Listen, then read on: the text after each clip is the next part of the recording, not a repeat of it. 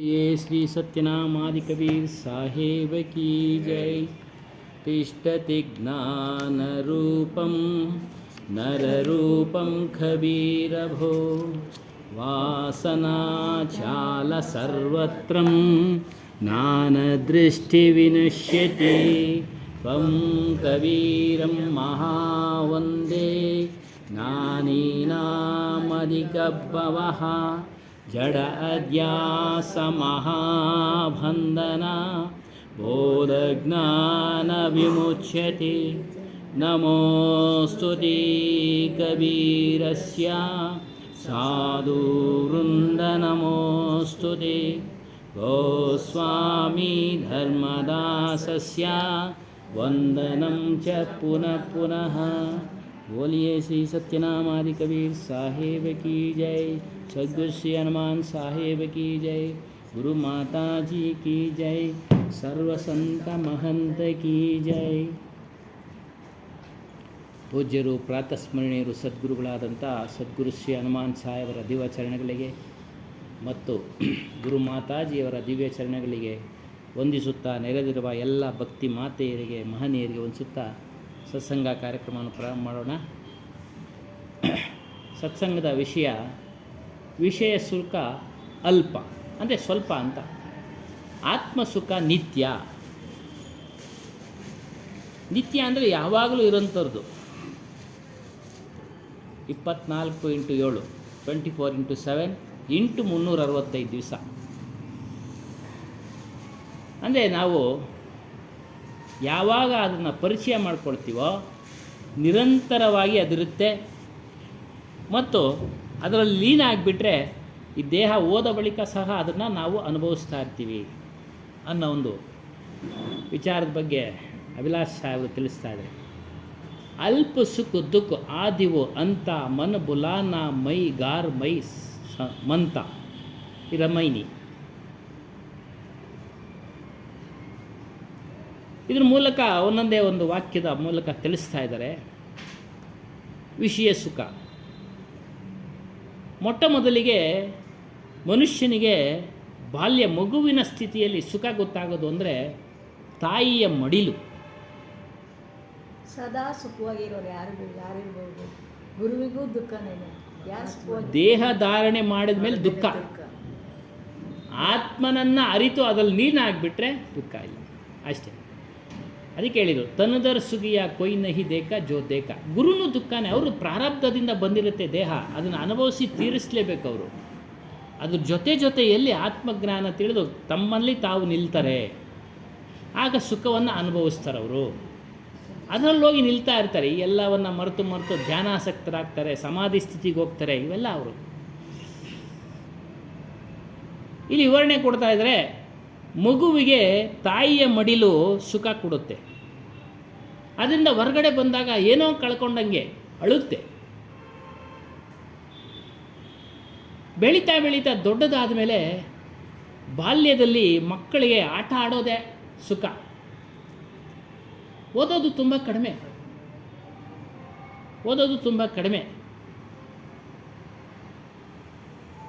ಇನ್ನು ತರುಣಾವಸ್ಥೆಗೆ ಬಂದಾಗ ಕೆಲವರು ಓದೋ ಕಡೆ ಗಮನ ಕೊಟ್ಟು ಅದರಲ್ಲಿ ಸುಖವನ್ನು ಪಡಿತಾ ಇರ್ತಾರೆ. ಕೆಲವರು ಸುತ್ತೋದ್ರ ಬಗ್ಗೆ. ಮೊದಲೆಲ್ಲ ಸಾಕಷ್ಟು ತರುಣಾವಸ್ಥೆಯಲ್ಲಿ ಓದೋದೇ ಜಾಸ್ತಿ. ಗ್ರಂಥಗಳ ಅಧ್ಯಯನ ಆಗಿರ್ಬೋದು, ವಿದ್ಯಾಭ್ಯಾಸ ಆಗಿರ್ಬೋದು. ಈಗೆಲ್ಲ ಬದಲಾವಣೆ ಆಗಿದೆ. ಇನ್ನು ಯೌವನಾವಸ್ಥೆಯಲ್ಲಿ ಬಣ್ಣದ ದೃಶ್ಯಗಳನ್ನು ನೋಡೋದು, ಪ್ರೇಮದಲ್ಲಿ ಬೀಳೋದು, ಈ ರೀತಿ ಸುಖವನ್ನು ಕಾಣೋದಕ್ಕೆ ಹೋಗ್ತಾರೆ ಜಗತ್ತಿನ ಜನರೆಲ್ಲರೂ. ಆದರೆ ಅವೆಲ್ಲವೂ ಕ್ಷಣಿಕ.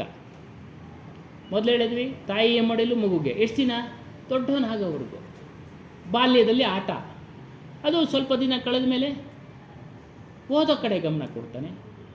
ಅದು ಕಳೆದ ಮೇಲೆ ಯೌವನಾವಸ್ಥೆಯಲ್ಲಿ ಬಣ್ಣದ ದೃಶ್ಯಗಳನ್ನು ನೋಡೋದು, ಪ್ರೇಮದಲ್ಲಿ ಬೀಳೋದು, ಮತ್ತೊಂದು ಯಾವುದೋ ಒಂದು ಆಸಕ್ತಿ ಹಿಂದೆ ಹೋಗ್ತಾನೆ. ಈ ಬದಲಾವಣೆ ಆಗ್ತಾ ಇದೆ. ಹಾಗೆ ಅದರಿಂದನೇ ಅದು ಕ್ಷಣಿಕ ಸುಖ. ಈ ಗಣೇಶನ ಹಬ್ಬವನ್ನು ಎಲ್ಲರೂ ಆಚರಣೆ ಮಾಡ್ತಾ ಇದ್ದಾರೆ. ನಾವು ಸಣ್ಣ ಹುಡುಗರಾಗೆಲ್ಲ ಆಚರಣೆ ಮಾಡಿದ್ವಿ. ಎಷ್ಟು ದಿನ ಆದರೂ ಸುಖ? ಅದ್ರ ಮೋಜು ಮಸ್ತಿ ಎಲ್ಲ ಎಷ್ಟು ದಿನ? ಇನ್ನು 3-4 ದಿವಸ ಅಷ್ಟೇ. ಆಮೇಲೆ ಅವ್ರವ್ರ ಪಾಡು ಅವ್ರವ್ರ ಕೆಲಸದಲ್ಲಿ ಹೋಗ್ಬೇಕಾ? ಎಲ್ಲರೂ ಹೋಗಲೇಬೇಕು. ನಾವು ಹಿಂದೂಗಳು ಯಾರು ಇಲ್ಲ, ನಮ್ಮ ಜನ ಎಲ್ಲ, ನಮ್ಮ ಇಂಡಿಯನ್ಸ್ ಎಲ್ಲ ಯಾರು ಒಟ್ಟಿಗೆ ಸೇರ್ತಾ ಇರಲಿಲ್ಲ ಅಂತ ಅದಕ್ಕೆ ಬಾಲಗಂಗಾಧರ ತಿಲಕ್ ಅದು ಮಾಡಿದ್ದು, ಬಾಂಬೆಯಲ್ಲಿ ಮಾಡಿದ್ದು ನೋಡ್ರಿ. ಅದೇ ಅಲ್ಲ, ಅಲ್ಲಿ ಒಂದ್ ಕಡೆ ಕುಳ್ಳಿರ್ಸೋರಂತೆ, ಇಲ್ಲಿ ಎಲ್ಲಾ ಕಡೆನೂ ಕುಂಡಿಸ್ತಾರೆ. ಅಲ್ಲೂ ಅಷ್ಟೇ ಆಗ್ತಾರೆ. ಬಾಂಬೆದು ಎಷ್ಟೋ ಕೋಟಿ ಇನ್ಶೂರೆನ್ಸ್ ಮಾಡಿಸಿದ್ರಂತೆ, 400 ಕೋಟಿ ಇನ್ಶೂರೆನ್ಸು, ದೊಡ್ಡ ಗಣಪತಿ. ಅದು ಜನಗಳು ಸೇರ್ಲಿಕ್ಕೆ ಮಾಡಿದ್ದಂಥ ಉತ್ಸವ. ಒಬ್ಬರನ್ನೊಬ್ಬರು ಸೇರ್ಲಿ, ಒಬ್ಬರೊಬ್ಬರು ಸ್ವಾತಂತ್ರ್ಯ ಹೋರಾಟ ಸಮಯದಲ್ಲಿ ಒಬ್ಬರನ್ನೊಬ್ಬರು ಸೇರ್ತಾ ಇಲ್ಲ, ಹಾಗಾಗಿ ಸೇರ್ಲಿ ಅಂತ ಮಾಡಿದ್ರು. ಈಗ ಗಲ್ಲಿನಲ್ಲಿ ಕುಂಡಿಸ್ತಾರೆ, ಅವ್ರ ಸಂತೋಷ. ಗಲ್ಲಿ ಹುಡುಗರದು ಎಷ್ಟು ದಿವಸ? 3-4 ದಿವಸನೇ.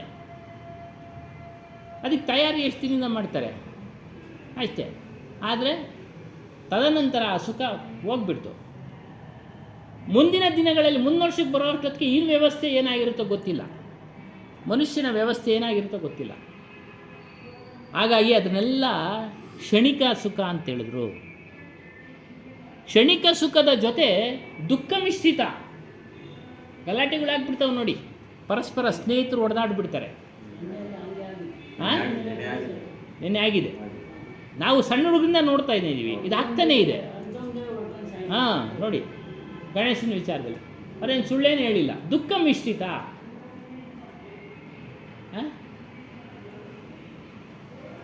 ಮತ್ತು ಯೌವನದಲ್ಲಿ ವಿವಾಹವನ್ನು ಮಾಡ್ತಾರೆ ತಂದೆ ತಾಯಿಗಳು. ಸುಹಾಗ್ರಾತ ಅಂದರೆ ಪ್ರಸ್ತ ಒಂದೇ ದಿನ ಮಾಡೋದು, ಒಂದೇ ದಿನ, ಪ್ರತಿದಿನ ಮಾಡೋಕ್ಕೆ ಹೋಗಲ್ಲ, ಇರಲ್ಲ. ಹೇಳ್ತಾರೆ ಇಲ್ಲಿ ಹಾಕಿದ್ದಾರೆ ನೋಡು, ವೈವಾಹಿಕ ಉತ್ಸವ ಸುಹಾಗ್ರಾತ್ ದಿನ ಆಕಿರ್ ಕಿತ್ನೇ ದಿನ ತಕ್ಕ ಚಲೆಂಗೆ, ಎಷ್ಟು ದಿನ ನಡೆಯುತ್ತೆ, ಎಷ್ಟು ದಿನ ಮಾಡ್ತಾರೆ, ಎಲ್ಲ ಒಂದೊಂದು ಕ್ಷಣಿಕ. ತದನಂತರ ಸಂಸಾರದ ಚಿಂತೆ ಅವನಿಗೆ, ಹೆಂಡತಿ ಪೋಷಣೆ ಮಾಡೋ ಚಿಂತೆ ಮಾಡಬಾರ್ದು ಅಂತ ಇಲ್ಲ, ಈ ಚಿಂತೆಗಳೆಲ್ಲ ತುಂಬ್ಕೊಂಡ್ಬಿಡುತ್ತೆ. ಓ ಹೆಂಗಪ್ಪ ಹೇಗಪ್ಪ, ಹೆಂಗಪ್ಪನ ಚಿಂತೆ. ಕೆಲಸ ಇದ್ದರೆ ಪರವಾಗಿಲ್ಲ, ಇಲ್ಲ ಅಂದರೆ ಕಷ್ಟ. ಆಮೇಲೆ ರಾಜಕೀಯ ನಾಯಕರುಗಳಿಗೆ ಕುರ್ಚಿ ಉಳಿಸ್ಕೊಳ್ಳೋ ಚಿಂತೆ ನಡೀತಾ ಇದೆ ಇವತ್ತೊಂದು ದಿವಸ ಅಲ್ಲೂರ, ತುಂಬ ಗಲಾಟೆ ನಡೀತಾ ಇದೆ. ಮತ್ತು ಮಠಗಳಲ್ಲಿ ಅವರ ಒಂದು ಸ್ಥಾನವನ್ನು ಉಳಿಸ್ಕೊಳ್ಳೋ ಚಿಂತೆ ನಡೀತಾ ಇದೆ. ಸುಖನೂ ಇದೆ, ದುಃಖನೂ ಇದೆ. ಈ ರೀತಿ ಮನುಷ್ಯ ಕ್ಷಣಿಕದ ಸುಖದ ಕುಲುಮೆಯಲ್ಲಿ ಬೇಯ್ತಾ ಇದ್ದಾನೆ. ಕುಲುಮೆಯನ್ನೇ ಬೆಂಕಿ ಕಾಯಿಸ್ತಾರಲ್ಲ, ಕಬ್ಬಣಗಳನ್ನ ಕಾಯಿಸಿ ಅದನ್ನು ಬೊಗ್ಸೋದು. ಈಗೆಲ್ಲ ಮಿಷಿನರೀಸ್ ಬಂದಿದೆ, ಮೊದಲೆಲ್ಲ ಇರಲಿಲ್ಲ ಅಲ್ಲ ಸ್ವಾಮಿ. ಇಲ್ಲೇ ಒಂದಿತ್ತು 17ನೇ ಕ್ರಾಸ್ ಕಾರ್ನರ್ನಲ್ಲಿ ಇತ್ತು ಕುಲುಮೆ. ಬೆಂಕಿ ಕಬ್ಬಣಗಳನ್ನು ಕಾಯಿಸಿ ವಿವಿಧವಾದ ಆಕಾರಗಳನ್ನು ಮಾಡ್ತಾಯಿದ್ರು. ಈಗೆಲ್ಲ ಮಿಷಿನರೀಸ್ ಬಂದಿದ್ದಾವೆ. ಇದೇ ರೀತಿ ಆ ಕುಲುಮೆನಲ್ಲಿ ಬೆಂಕಿ 24 ಗಂಟೆ ಇರುತ್ತೆ ನೋಡಿ. ಸುಮ್ಮನೆ ಬೂದಿ ಮುಚ್ಚಿರ್ತಾರೆ ಅಷ್ಟೇ. ಒಂದು ಸರಿ ಅಂಟಿಬಿಟ್ರೆ 365 ದಿವಸನೂ ಇರುತ್ತದು.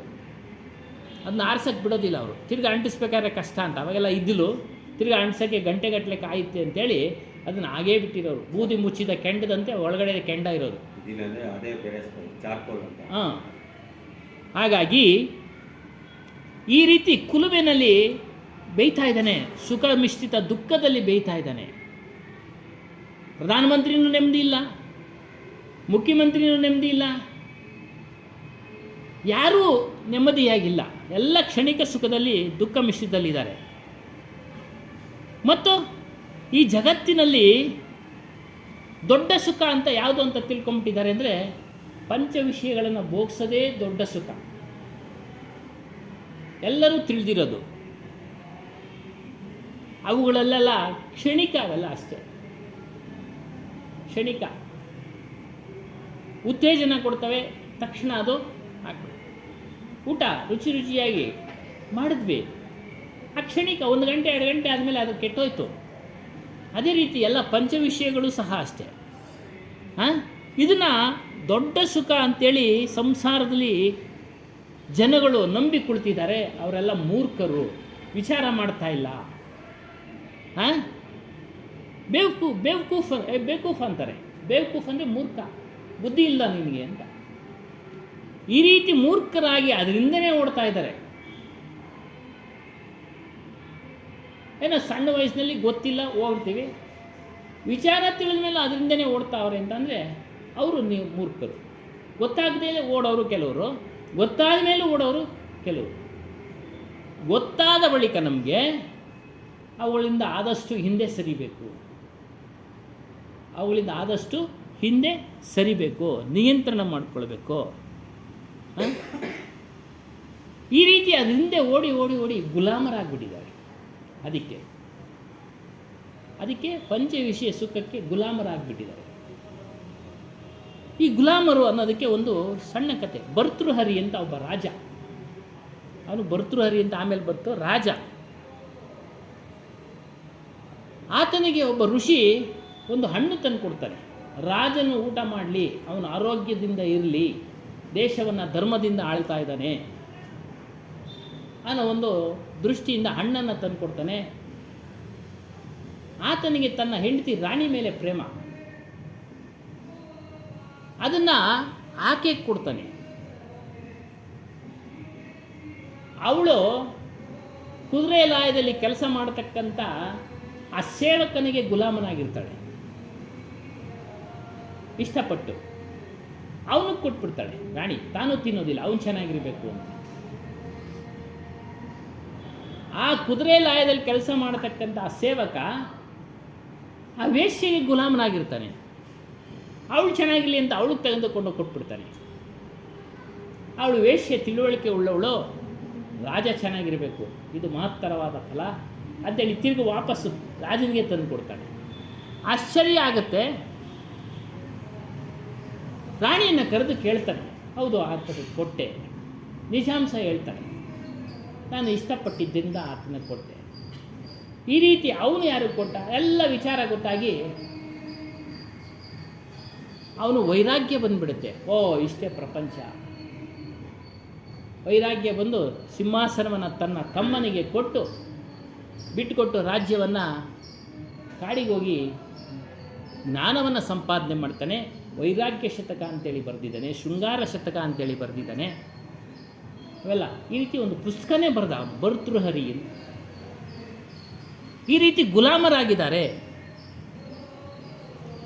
ಈ ಗುಲಾಮಗಿರಿಯಲ್ಲಿ ಅರ್ಧ ಆಯುಷ್ಯನ್ನು ಕಳೆದು ಬಿಡ್ತಾರೆ.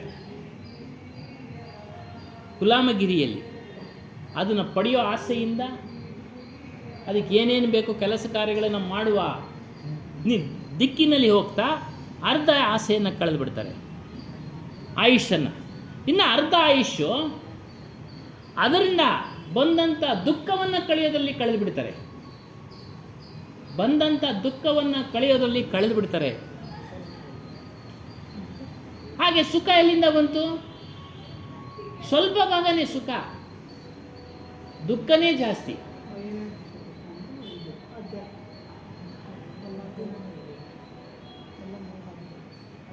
ಜಗತ್ತಿನಲ್ಲಿ ಕಾಲಕ್ಕೆ ತಕ್ಕಂತೆ ಸ್ಥಿತಿಗತಿಗಳು ನಡೀತಾ ಇರ್ತವೆ. ಕಾಲಕ್ಕೆ ತಕ್ಕಂತೆ. ಆದರೆ ಇಲ್ಲಿ ವಿಚಾರ ಮಾಡ್ತಾ ಇರೋದು ವಿಷಯಗಳ ಬಗ್ಗೆ. ಜಡ ವಿಷಯಗಳು, ಪಂಚ ವಿಷಯಗಳು, ಶಬ್ದ, ಸ್ಪರ್ಶ, ರೂಪ, ರಸಗಂಧ, ಇವೆಲ್ಲವೂ ಕ್ಷಣಿಕ ಅನ್ನೋದು ತಿಳ್ಕೊಳ್ಳಿ. ಕಾಲಕ್ಕೆ ತಕ್ಕಂಗೆ ನಾವು ಬದಲಾಗಬೇಕು. ಆಗಲೇ ಹೇಳಿದ್ವಲ್ಲ, ತಿಳಿದ ಮೇಲೆ ಅವುಗಳನ್ನು ಸಾಧ್ಯವಾದಷ್ಟು ಹಿಂದೆ ಸರಿಯುವಂತೆ ನಾವೇ ಮಾಡಬೇಕು. ಗುರುಗಳು ಪ್ರೇರಣೆ ಕೊಡ್ತಾರೆ ಅಷ್ಟೇ, ವಿಚಾರ ತಿಳಿಸ್ತಾರೆ. ಮಾಡೋ ಕರ್ತವ್ಯ ಶಿಷ್ಯನದು. ಅದನ್ನು ಪಡೆಯೋ ಇಚ್ಛೆಯಲ್ಲಿ ಮನುಷ್ಯ ವೇಗವಾಗಿ ಸಾಕ್ತಾ ಇದ್ದಾನೆ. ಅದನ್ನು ಪಡೆದ ಮೇಲೆ ಭಯ. ಕಳ್ಳ, ಅವನಿಗೆ ಹಣದ ಅವಶ್ಯಕತೆ ಇತ್ತು, ಕಳ್ತನ ಮಾಡ್ದ. ಅದು ಏನು, ತನ್ನ ಪ್ರಿಯತಮಿಗೆ ಕೊಡೋದಕ್ಕೋಸ್ಕರ. ಅವನ ಹತ್ರ ದುಡ್ಡಿರಲಿಲ್ಲ, ಕಳ್ತನ ಮಾಡ್ದ. ಕಳ್ತನ ಮಾಡಿದ್ಮೇಲೆ ಭಯ ಆತನಿಗೆ. ಅದು ನಾವು ನೋಡ್ತಾ ಇದ್ದೀವಿ. ಶೋಕಿ ಮಾಡೋದಕ್ಕೆ ಕಳ್ತನ ಮಾಡಿ ಸಿಕ್ಕಾಕ್ಕೊಳ್ತಾರೆ. ತಾನು ಪ್ರೀತಿ ಮಾಡತಕ್ಕಂಥ ಹೆಂಗಸಿಗೆ ಏನೋ ಒಂದು ಕೊಡೋ ಆಸೆಯಿಂದ ಕಳ್ತನ ಮಾಡಿ ಸಿಕ್ಕಾಕ್ಕೊಳ್ತಾರೆ. ಕಾರಣ ಅವರಲ್ಲಿ ಅನುಕೂಲತೆ ಇಲ್ಲ. ಅದು ಮಾಧ್ಯಮಗಳಲ್ಲಿ ಬರ್ತಾ ಇದೆ, ಪೇಪರ್ಗಳಲ್ಲಿ ಬರ್ತಾ ಇದೆ. ಏನಕ್ಕೆ ಕಳ್ತನ ಮಾಡಿದೆ? ನಾನು ಪ್ರೀತಿಸಿದ ಹುಡುಗಿಗೆ ನಾನು ಈ ವಸ್ತುನ ಕೊಡಬೇಕು ಅಂದ್ಕೊಂಡೆ, ಕೊಡೋದಕ್ಕೆ ನನ್ನ ಹತ್ರ ಹಣ ಇರಲಿಲ್ಲ, ವಾಹನಗಳಿರಲ್ಲ, ಕಳ್ತನ ಮಾಡ್ಕೊಂಡು ಅದರಲ್ಲೂ ಸುತ್ತಾಡಿಸ್ತಾರೆ. ಸಿಕ್ಕಾಕೊಂಡಾಗ ಭಯ ಇದ್ದೇ ಇರುತ್ತೆ ಒಳಗಡೆ, ಪೊಲೀಸ್ನವ್ರು ಎಲ್ಲಿ ಹಿಡ್ಕೊಂಡ್ಬಿಡ್ತಾವೆ. ಅದಕ್ಕೆ ವೇಗನೂ ಇದೆ, ಭಯನೂ ಇದೆ, ಉದ್ವೇಗ. ಇದನ್ನು ಮಾಡ್ತಾನೇ ಇದ್ದಾರೆ ಗೊತ್ತಿದ್ರೂ ಸಹ ಮಾಡಿ ಕೊನೆಗೆ ತೊಂದರೆ ಅನುಭವಿಸ್ತಾರೆ, ದುಃಖ ಅನುಭವಿಸ್ತಾರೆ. ಈ ಪಂಚ ವಿಷಯಗಳನ್ನು ನಿರಂತರವಾಗಿ ಭೋಗಿಸ್ತಾ ಇದ್ರೆ ಅವನ ವಿವೇಕ ಶಕ್ತಿ ನಿದ್ದೆ ಮಾಡುತ್ತೆ. ಇದೇ ಮಾಡುತ್ತೆ ಅಂದರೆ ಯಾರು ಹೇಳಿದ್ರು ಕೇಳೋದಿಲ್ಲ, ಮಾಡಬಾರ್ದು ಕಣಯ್ಯ ಅಂತ ಮತ್ತೆ ಅದನ್ನೇ ಮಾಡ್ತಾ ಇರ್ತಾನೆ. ಅದೇ ನಿದ್ದೆ ಮಾಡೋದು. ತಿಳುವಳಿಕೆ ಹೇಳಿದ್ರು ಸಹ ಆ ತಿಳುವಳಿಕೆ ತೆಗೆದುಕೊಳ್ಳದೆ ಮತ್ತೆ ಮಾಡೋದೇ ನಿದ್ದೆ ಮಾಡೋದು. ಹೇಳ್ತಾರೆ ಮಾಡಬಾರ್ದು ಕಣಯ್ಯ ಇನ್ಮೇಲೆ. ಎಚ್ಚೆತ್ಕೊಂಡು ಸುಖ ಕಡೆ ಹೋಗ್ಬೇಕು ತಾನೆ, ಕಷ್ಟಪಟ್ಟು ದುಡಿಯೋದು ಮತ್ತೊಂದು ಮಾಡಬೇಕು ಕೆಲಸ ಕಾರ್ಯಗಳನ್ನು. ಈ ರೀತಿ ಕುರುಡನಾಗಿ ವಿಷಯಗಳಲ್ಲಿ ಬಿದ್ದು ಹುಚ್ಚನಾಗ್ತಾ ಇದ್ದಾನೆ, ಅವಿವೇಕವಂತನಾಗ್ತಾ ಇದ್ದಾನೆ. ಈ ಜ್ಞಾನಿಗಳು ಮೇಲಿನ ಒಂದು ಪಂಚ ವಿಷಯಗಳನ್ನು ಹಿಮ್ಮೆಟ್ಟಿಸಿ ಅಂತೇಳಿ ಖಂಡನೆ ಮಾಡ್ತಾರೆ. ಆಗ ಗಾಬರಿ ಆಗುತ್ತೆ ಸಾಮಾನ್ಯವಾಗಿ ಹೊಸ್ದಾಗಿ ಬಂದವ್ರಿಗೆ. ಏನಪ್ಪ ಊಟ ಮಾಡಬೇಡ ಅಂತಾರೆ, ಊಟನೇ ಮಾಡಬಾರ್ದಾ? ನೋಡಬೇಡ ಅಂತಾರೆ, ನೋಡಲೇಬಾರ್ದಾ?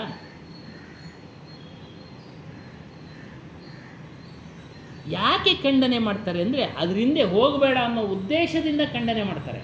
ಊಟ ಮಾಡಬೇಡ ಅಂತೇನು ಹೇಳಲಿಲ್ಲ. ಆದರೆ ಸಾತ್ವಿಕ ಆಹಾರವನ್ನು ಊಟ ಮಾಡು, ನೀನು ಮಾಂಸಾಹಾರ ಊಟ ಮಾಡಬೇಡ, ಅದು ನಿನ್ನ ಮನಸ್ಸನ್ನು ಬದಲಾಯಿಸುತ್ತೆ. ಆಹಾರದಂತೆ ಮನಸ್ಸು. ಸಾತ್ವಿಕ ಆಹಾರವನ್ನು ಊಟ ಮಾಡು. ದುಃಖ ಇದೆ ಅಂತೇಳಿ ತಿಳಿಸ್ತಾರೆ, ಅದನ್ನು ಹಿಮ್ಮೆಟ್ಟಿಸಿ ಸಾಧ್ಯವಾದಷ್ಟು ಊಟ ಮಾಡು, ನೋಡೋ ಅಂಥದ್ದನ್ನು ನೋಡು. ಕೆಲಸ ನೋಡದೆ ಮಾಡೋಕ್ಕಾಗೋದಿಲ್ಲ, ನೋಡಿ ಮಾಡಲೇಬೇಕು. ವಿಚಾರ ಮಾಡಬೇಕಾದ್ರೆ ನೋಡಬೇಕು, ಗುರುಗಳ ದರ್ಶನ ಮಾಡಬೇಕು. ಹೀಗೆ ಅದರ ವಿಚಾರ ತಿಳಿಸ್ತಾರೆ. ಈ ರೀತಿ ಖಂಡನೆ ಮಾಡ್ತಾರೆ ಅಂತೇಳ್ಬಿಟ್ಟು ಬರೋದೇ ಇಲ್ಲ ಆತ್ಮಜ್ಞಾನ ಒಂದು ಸತ್ಸಂಗಕ್ಕೆ. ಮೊದಲೆಲ್ಲ ಗಣೇಶ ಹಬ್ಬದಲ್ಲಿ ಕತೆಗಳು ನಡೆಯೋವು ನಾವು ಸಣ್ಣ ಹುಡುಗರಿಗೆ. ಇವಾಗ ಎಲ್ಲೂ ಇಲ್ಲ ಅಲ್ಲೂರ ಇಲ್ಲ, ಮ್ಯೂಸಿಕ್ಕು ಎಲ್ಲ ಅದೂ ಇಲ್ಲ, ಏನೇನೋ. ಯಾಕೆ ಅದನ್ನು ಒಂದು ಆಸಕ್ತಿ ಕಡಿಮೆ ಆಗಿಬಿಟ್ಟಿದೆ.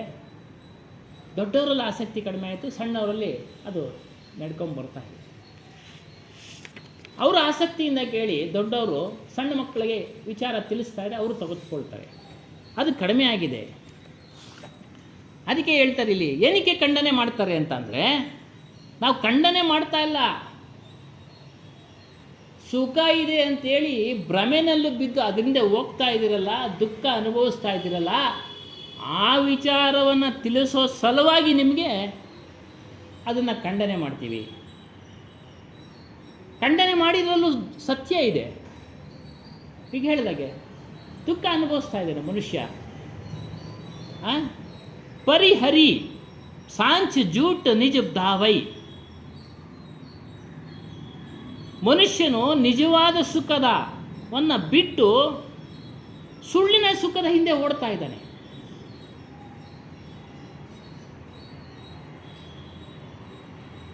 ಅದರಿಂದ ಅದನ್ನು ಖಂಡನೆ ಮಾಡ್ತಾ ಇದ್ದೀವಿ. ಅದು ಸುಳ್ಳಿನ ಸುಖ ಅಪ್ಪ, ಅದು ಪಂಚ ವಿಷಯಗಳ ಸುಖ, ಸುಳ್ಳಿನ ಸುಖ. ಯಾವಾಗಲೂ ಅದಿಲ್ಲ ನಮ್ಮ ಜೊತೆ ಯಾವಾಗಲೂ ಇರೋದಿಲ್ಲ. ತಾಯಿಯ ಮಡಿಲ ಸುಖ ಇಲ್ಲ, ಬಾಲ್ಯದ ಆಟ ಪಾಠಗಳ ಸುಖ ಇಲ್ಲ, ತರುಣಾವಸ್ಥೆಗಳಲ್ಲಿ ನಾವು ಓಡಾಡ್ತಾ ಇದ್ದೀವಿ ಏನೇನು ಅದ್ರ ಸುಖ ಇಲ್ಲ. ಬದಲಾವಣೆ ಆಗ್ತಾ ಇದೆ ಮನುಷ್ಯನ ಜೀವನದಲ್ಲಿ, ಎಲ್ಲರ ಜೀವನದಲ್ಲೂ ಬದಲಾವಣೆ ಆಗ್ತವೆ. ರಾಜಕೀಯ ನಾಯಕರುಗಳು ಸುಖ ಅವ್ರದ್ದು ಶಾಶ್ವತವಲ್ಲ. ಅವರು ಭಯದಿಂದನೇ ಇರ್ತಾರೆ, ಏನಾಗ್ಬಿಡುತ್ತೋ. ಅದರಿಂದ ನಾನು ಅದು ವಿಚಾರ ತಿಳಿಸ್ತಾ ಇದ್ದೀನಿ. ಅದನ್ನು ಖಂಡನೆ ಮಾಡೋ ಒಂದು ರೀತಿ ಅಷ್ಟೇ. ಜೂಟೆ ಸುಖಕ್ಕೋ ಸುಖಕ್ಕೆ ಹೈ ಮಾನತ ಮೈ ಹೈ ಮೈ ಮನಮೋದು. ಕ್ಷಣಿಕಗಳ ಸುಖದ ವಿಷಯ ಸುಖಗಳನ್ನು ಸುಖ ಅಂತ ಪ್ರಪಂಚದ ಎಲ್ಲ ಜನರು ಕರೀತಾ ಇದ್ದಾರೆ ಮತ್ತು ಒಪ್ಕೊಂಡಿದ್ದಾರೆ. ಮತ್ತು ಅದರಲ್ಲೇ ಕಾಲ ಕಳೀತಾ ಇದ್ದಾರೆ. ಮೃತ್ಯುವಿಗೆ ಆಹಾರವಾಗ್ತಾ ಇದ್ದಾರೆ, ಸಮಯಕ್ಕೆ ಆಹಾರವಾಗ್ತಾ ಇದ್ದಾರೆ. ಬಾಲ್ಯದ ಸಮಯ ಬರೋದಿಲ್ಲ, ಯೌವನದ ಸಮಯ ವಾಪಸ್ ಬರೋದಿಲ್ಲ, ತರುಣಾವಸ್ಥೆಯ ಸಮಯ ವಾಪಸ್ ಬರೋದಿಲ್ಲ.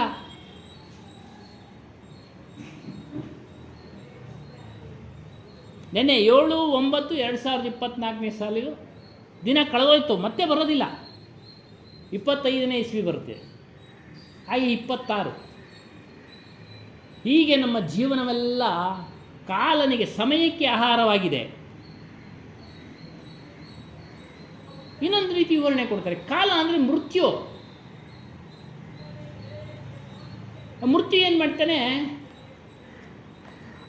ಕೆಲವ್ರನ್ನ ತಲೆ ಮೇಲೆ ಕುಂಡಿಸಿರ್ತಾನೆ, ಕೆಲವ್ರ ಮಕ್ಕದ ಮೇಲೆ ಕುಂಡಿಸಿರ್ತಾನೆ, ಕೆಲವ್ರನ್ನ ಮಡಿಲಿನಲ್ಲಿ ಕುಂಡಿಸ್ಕೊಟ್ಟಿದ್ದಾನೆ. ಅನೇನು ತಲೆ ಮೇಲೆ ಇರೋನು ಮೊದಲು ಹೋಗ್ಬೋದಾ, ಮುಖದ ಮೇಲೆ ಇರೋನು ಮೊದಲು ಹೋಗ್ಬೋದಾ, ಮಡಿಲಿನಲ್ಲಿರೋನು ಮೊದಲು ಹೋಗ್ಬೋದಾ ಗೊತ್ತಿಲ್ಲ. ಮೃತ್ಯು ಒಟ್ಟ ಮೃತ್ಯು ದೇವತೆ ಕೈನಲ್ಲಿದ್ದಾನೆ ಮನುಷ್ಯ. ಅದನ್ನು ಮೀರಿದವ್ರು ಯಾರೂ ಇಲ್ಲ. ಅದನ್ನು ಮೀರಿಸ್ತು ಅದನ್ನು ಬಿಡುಗಡೆಯಿಂದ ಆದವ್ರು ಯಾರೂ ಇಲ್ಲ. ಜ್ಞಾನಿಗಳು ಆಗಲಿಲ್ಲ.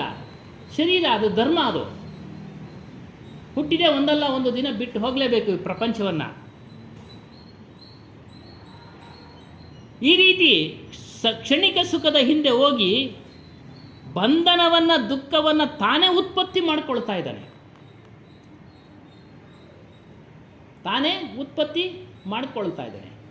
ಆಕರ್ಷಣೀಯ ವಸ್ತು ಇಟ್ಟಿದ್ದಾರೆ, ಅದನ್ನು ಪಡೆಯೋದಕ್ಕೆ ಮನುಷ್ಯ ಅದರ ಹತ್ರ ಹೋಗ್ತಾವನೆ. ಅದೇನು ಬಂದು ಇವನು ಹಿಡ್ಕೊಂಡಿಲ್ಲ, ಆ ವಸ್ತು ಬಂದು ಇವನೇನು ಹಿಡ್ಕೊಂಡಿಲ್ಲ, ಇವನು ಅದ ಅದನ್ನು ಹಿಡ್ಕೊಳ್ಳೋಕ್ಕೆ. ಹಿಡ್ಕೊಂಡ್ಮೇಲೆ ದುಃಖ ಅನುಭವಿಸಲೇಬೇಕು. ಆದ್ದರಿಂದ ಇವುಗಳನ್ನು ತ್ಯಾಗ ಮಾಡಿ, ಏನೋ ಕ್ಷಣಿಕ ಸುಖಗಳನ್ನು ತ್ಯಾಗ ಮಾಡ್ಕೊಳ್ತಾ ಬನ್ನಿ. ಒಂದೇ ದಿವಸಕ್ಕೆ ಒಂದೇ ದಿನ ಆಗೋದಿಲ್ಲ.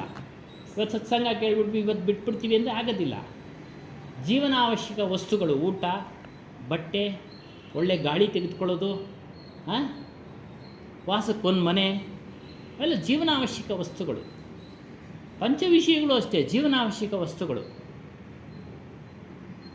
ಅಲ್ಲಮಪ್ರಭು ಕಳೆದ ಸಾರಿ ಹೇಳಿದ್ರಲ್ಲ, ನಿಯಂತ್ರಣದಲ್ಲಿಟ್ಕೊಳ್ರೆ. ಮೊದಲು ಪಂಚ ಜ್ಞಾನೇಂದ್ರಿಯಗಳನ್ನು ನಿಯಂತ್ರಣದಲ್ಲಿಟ್ಕೊಳ್ಳಿ, ಅದ್ರ ಹಿಂದೆ ಓಡಬೇಡಿ. ಇದು ಅದನ್ನು ಹೇಳ್ತಾರೆ. ಯಾವಾಗ ನಿಯಂತ್ರಣದಲ್ಲಿ ಇಟ್ಕೊಳ್ತೀರೋ ವಯಸ್ಸಾದಂತೆಲ್ಲ ತನಗೆ ತಾನೇ ಅದು ಬಿಟ್ಟು ಹೋಗ್ತಾ ಇರುತ್ತೆ, ತನಗೆ ತಾನೇ ಬಿಟ್ಟು ಹೋಗ್ತಾ ಇರುತ್ತೆ. ವಯಸ್ಸಾದಂತೆಲ್ಲ ನಮಗೆ ಡಾಕ್ಟ್ರು ರೋಗಿಗಳಿಗೆ ಪಥ್ಯ ಹೇಳ್ಬಿಡ್ತಾರೆ, ಅದು ತಿನ್ನಬೇಡ ಇದು ತಿನ್ನಬೇಡ ಅಂತ. ಅವಾಗ ಖಂಡಿತವಾಗ್ಲೂ ಬಿಡಲೇಬೇಕು, ಅವಶ್ಯಕವಾಗಿ. ಅದಕ್ಕೆ ಹೇಳೋದು ತ್ಯಾಗ ಜಾನ ಅವಶ್ಯಕ, ಬಿಡೋದು ಅವಶ್ಯಕ. ಅವಾಗ ಬಿಟ್ಟೇ ಬಿಡ್ತೀವಲ್ವ. ಯಾವಾಗ ಇದನ್ನು ರೂಢಿನಲ್ಲಿ ಇಟ್ಕೊಂಡಿರ್ತೀವೋ ಆಗ ನಿಮಗೆ ಕಷ್ಟ ಆಗೋದಿಲ್ಲ. ನಿಯಂತ್ರಣದಲ್ಲಿ ಯಾವಾಗ ಇಟ್ಕೊಳ್ತೀರೋ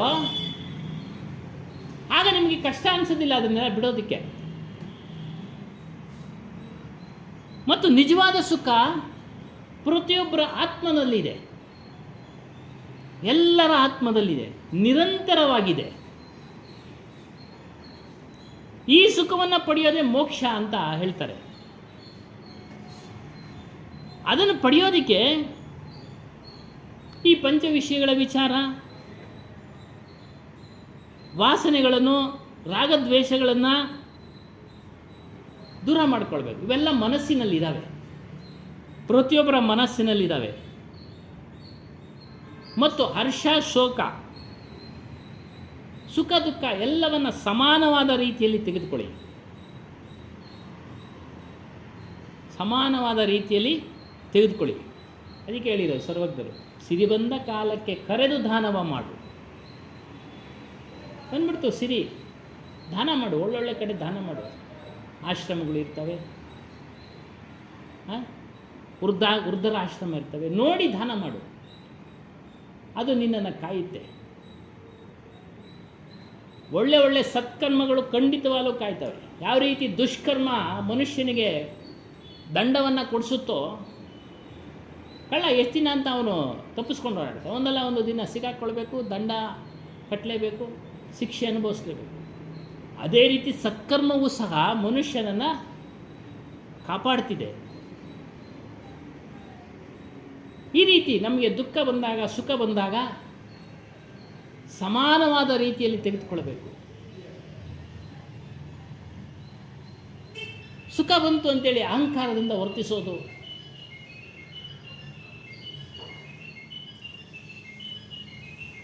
ಬೇರೆ ಬೇರೆ ಮನೆಯವರಿಗೆ ದುಃಖ ತಂದಿಡೋದು ಎಲ್ಲ ಮಾಡಬೇಡಿ. ಅವೆಲ್ಲ ಮಾಡಬೇಡಿ. ನಮ್ಮ ಮಾತು ನಡೆಯುತ್ತೆ ಅಂಥೇಳಿ ದುಃಖ ತಂದಿಡೋದು ಎಲ್ಲ ಮಾಡಬಾರ್ದು. ಸ್ಥಿತಪ್ರಜ್ಞನಂತೆ ಇರಿ, ನಿಮ್ಮ ಪ್ರಜ್ಞೆಯಲ್ಲಿರಿ. ಇದು ಬಂದಿದೆ ಸುಖ, ಇದು ಶಾಶ್ವತವಲ್ಲ. ನಮ್ಮ ನಂತರ ನಮ್ಮ ಮಕ್ಕಳಿಗೆ ಹಾಕ್ಬೋದು ನಾವು ಸಂಪಾದಿಸೋ ಐಶ್ವರ್ಯಗಳು. ನಾವೇ ವೃದ್ಧಾಪ್ಯ ಸಮಯದಲ್ಲಿ, ಕೊನೆಯ ಸಮಯದಲ್ಲಿ ಅದನ್ನು ಅನುಭವಿಸೋಕ್ಕಾಗೋದಿಲ್ಲ, ಊಟ ಮಾಡೋಕ್ಕಾಗೋದಿಲ್ಲ. ಕೊನೆಯ ಸಮಯದಲ್ಲಿ ಅಷ್ಟೆಲ್ಲ ಇದ್ರೂ ಊಟ ತಿನ್ನೋಕ್ಕೆ ಆಗ್ತಾ ಇರಲ್ಲ. ಅದರಿಂದನೇ ಹೇಳೋದು ಸ್ಥಿತಪ್ರಜ್ಞೆ ಅಂತಾರೆ. ನಿನ್ನ ಪ್ರಜ್ಞೆಯಲ್ಲಿರಲಿ ಇವೆಲ್ಲ. ಆಗ ಇದನ್ನು ಎದುರಿಸೋ ಒಂದು ಸಾಮರ್ಥ್ಯ ಬರುತ್ತೆ. ಇದೆಲ್ಲ ಸರ್ವೇ ಸಾಮಾನ್ಯ, ಬಂದಿದೆ ಈ ದೇಹಕ್ಕೆ ಅನ್ನೋದು ಎಚ್ಚರಿಕೆ, ವಿವೇಕ ತೆಗೆದುಕೊಳ್ಳಿ. ಪ್ರಪಂಚದಲ್ಲಿ ಪ್ರಾಣಿ ಪದಾರ್ಥಗಳು, ಪರಿಸ್ಥಿತಿಗಳು ಸಂಯೋಗ ಆಗ್ತವೆ, ವಿಯೋಗ ಆಗ್ತವೆ. ಮಿಲ್ನೆ ಬಿಚುಡ್ನೆ ಮೇ ಕೊಯ್ ಮಾನಸಿಕ ದ್ವಂದ್ವ ನಹಿ ಸತಾತ. ತಿಳ್ಕೊಳ್ಳಿ ಇದನ್ನು. ಏನೋ ಪ್ರಾಣಿ ಪದಾರ್ಥಗಳು, ಬಂಧು ಬಳಗ, ಪದಾರ್ಥಗಳನ್ನು ನಾವು ಗಳಿಸಿರೋವಂಥದ್ದು, ಸಂಪಾದನೆ ಮಾಡಿರೋವಂಥದ್ದು, ಸೇರ್ತು ಸಂಯೋಗ, ಸತ್ಕರ್ಮದ ಫಲದಿಂದ ಸೇರ್ತು. ಅದು ಶಾಶ್ವತವಾಗಿ ನಿಮ್ಮ ಹತ್ರ ಇರೋದಿಲ್ಲ. ಇಲ್ಲ ನಾವು ಬಿಡಬೇಕು, ಇಲ್ಲ ಅದು ನಮ್ಮನ್ನು ಬಿಟ್ಟು ಹೋಗುತ್ತೆ. ಅದನ್ನು ನೋಡ್ತಾ ಇದ್ದೀವಿ. ನಷ್ಟಗಳು ಅನುಭವಿಸಿ ಕಬ್ಬನ್ಪೇಟೆ ವಾಸಿಗಳು ಎಷ್ಟೋ ಜನ ನಷ್ಟಗಳು ಅನುಭವಿಸ್ಬಿಟ್ರು ಅಲ್ವರ, ನಾವು ನೋಡ್ತಾ ಇದ್ದೀವಿ. ಕಣ್ಮುಂದೆ ಎಲ್ಲ ಇವೆಲ್ಲ ನಡೀತಾ ಇದೆ.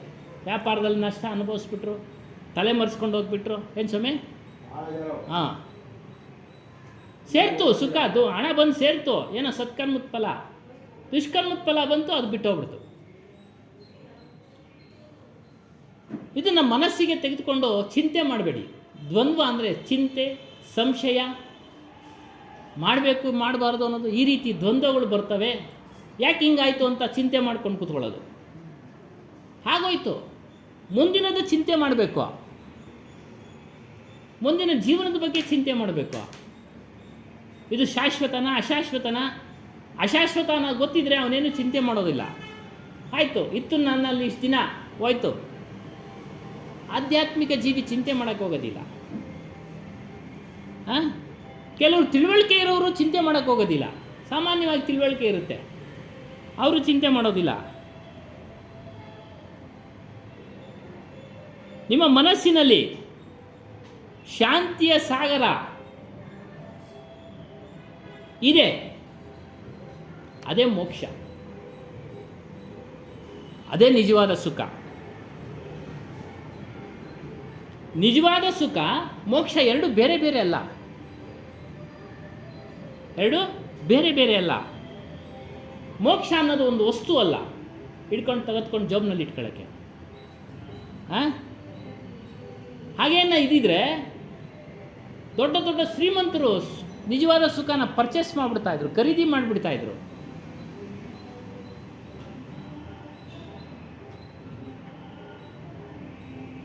ಅದನ್ನು ತಿಳಿಸ್ಕೊಡತಕ್ಕಂಥವನು ಸದ್ಗುರು. ಆ ನಿಜವಾದ ಸುಖದ ವಿಚಾರಗಳನ್ನು ತಿಳಿಸ್ಕೊಡೋನು ಸದ್ಗುರು. ದುಃಖಗಳನ್ನು ವಿಚಾರ ತಿಳಿಸಿ ಅದನ್ನು ಬಿಡುಗಡೆ ಮಾಡಿಸೋನು ಸದ್ಗುರು. ಮಾರ್ಗ ತೋರಿಸ್ತಾನೆ, ಆ ಮಾರ್ಗದಲ್ಲಿ ನಡೆಯೋದು ನಮ್ಮ ಕೆಲಸ. ಅನಂತ ಸುಖಗ ರಾಸ್ತಾ ಬತಾತೆ ಹೈ. ನೋಡಿ, ಅನಂತ, ಅದು ಕಡಿಮೆನೇ ಆಗೋದಿಲ್ಲ. ರಾಸ್ತಾ ಬತಾತೆ ಅಂದರೆ ಮಾರ್ಗ ತಿಳಿಸ್ತಾರೆ, ರಸ್ತೆ ತೋರಿಸ್ತಾರೆ. ಎಲ್ಲರೂ ಮೋಹದಲ್ಲಿ ಬಿದ್ದಿದ್ದಾರೆ, ಪಂಚ ವಿಷಯಗಳ ಮೋಹದಲ್ಲಿ. ಮೋಹದ ಅರ್ಥ ಮೋಹವನ್ನು ಕ್ಷಯ ಮಾಡ್ಕೊಳ್ಳಿ ಅಂತ. ಮೋಕ್ಷದ ಅರ್ಥ ಮೋಹವನ್ನು ಕ್ಷಯ ಮಾಡ್ಕೊಳ್ಳಿ. ಮೋಹ ಕ್ಷಯ ಮಾಡ್ಕೊಳ್ಳಿ. ಇನ್ನು ಮೋಹದ ಅರ್ಥ ಹೇಳ್ತಾ ಇದ್ದಾರೆ, ದುಃಖವನ್ನು, ಮೋಹಕ್ಕೆ ಬಿದ್ದು ಬೇರೆ ಜನರು ದುಃಖವನ್ನು ಅನುಭವಿಸ್ತಾ ಇರೋದು ನೋಡಿದ್ರೂ ಸಹ, ಹಿಂಸೆಯನ್ನು ಅನುಭವಿಸ್ತಾ ಇರೋದು ನೋಡಿದ್ರೂ ಸಹ ಅದ್ರ ಕಡೆನೇ ಹೋಗ್ತಾ ಇದ್ದಾರೆ ಜನಗಳು. ಅದರಿಂದನೇ ಹೋಗ್ತಾ ಇದ್ದಾರೆ, ಬಿಡ್ತಾ ಇಲ್ಲ. ಆ ಮಾರ್ಗನೇ ಬಿಡ್ತಾ ಇಲ್ಲ. ಬಿಡು ಅಂತ ಹೇಳಿದ್ರು ಬಿಡ್ತಾ ಇಲ್ಲ.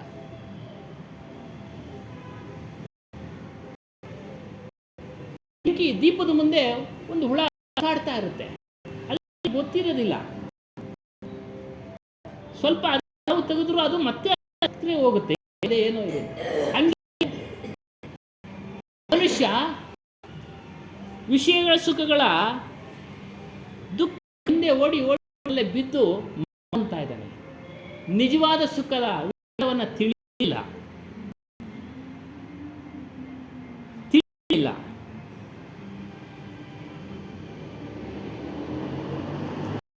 ಆದ್ದರಿಂದ ಈ ಮನಸ್ಸಿನಲ್ಲೇ ಉಂಟಾಗತಕ್ಕ ಸುಖವನ್ನು ನೀವು ತಿಳಿರಿ.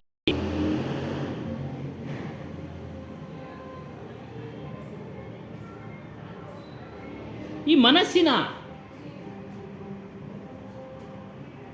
ಇರತಕ್ಕಂಥ ದುರಾಗ್ರಹಗಳನ್ನು ಬಿಡಿ. ಕಾಮ, ಕ್ರೋಧ, ಲೋಭ, ಮೋಹ, ಮದ, ಮತ್ಸರ, ಅರಿಷಡ್ ವರ್ಗಗಳು, ರಾಗದ್ವೇಷ, ಅವು ನಿಮಗೆ ಯಾವಾಗಲೂ ನೋವನ್ನು ಕೊಡ್ತವೆ. ಪಂಚ ವಿಷಯಗಳನ್ನು ಅತಿಯಾಗಿ ಸೇವನೆ ಮಾಡಿದ್ರೂ ಸಹ ಅದು ಕೂಡ ನೋವು ಕೊಡ್ತದೆ. ಅದಕ್ಕೆಲ್ಲ ಕಾಮ ಅಂದರೆ ಬಯಕೆ. ಮೊದಲನೇದೇ ಅದಕ್ಕೆ ಕೊಟ್ಟಿದ್ದಾರೆ. ಅದಕ್ಕೆ ಬಯಕೆಗಳು. ವಸ್ತು ಸಿಕ್ಕಿದ್ರೆ ಇನ್ನಷ್ಟು ಬೇಕು ಅನ್ನೋದು ಲೋಭ, ಸಿಗದೇ ಇದ್ರೆ ಕ್ರೋಧ, ಮತ್ತೊಬ್ಬರಿಗೆ ಸಿಕ್ಬಿಟ್ರೆ ಅಸೂಯೆ.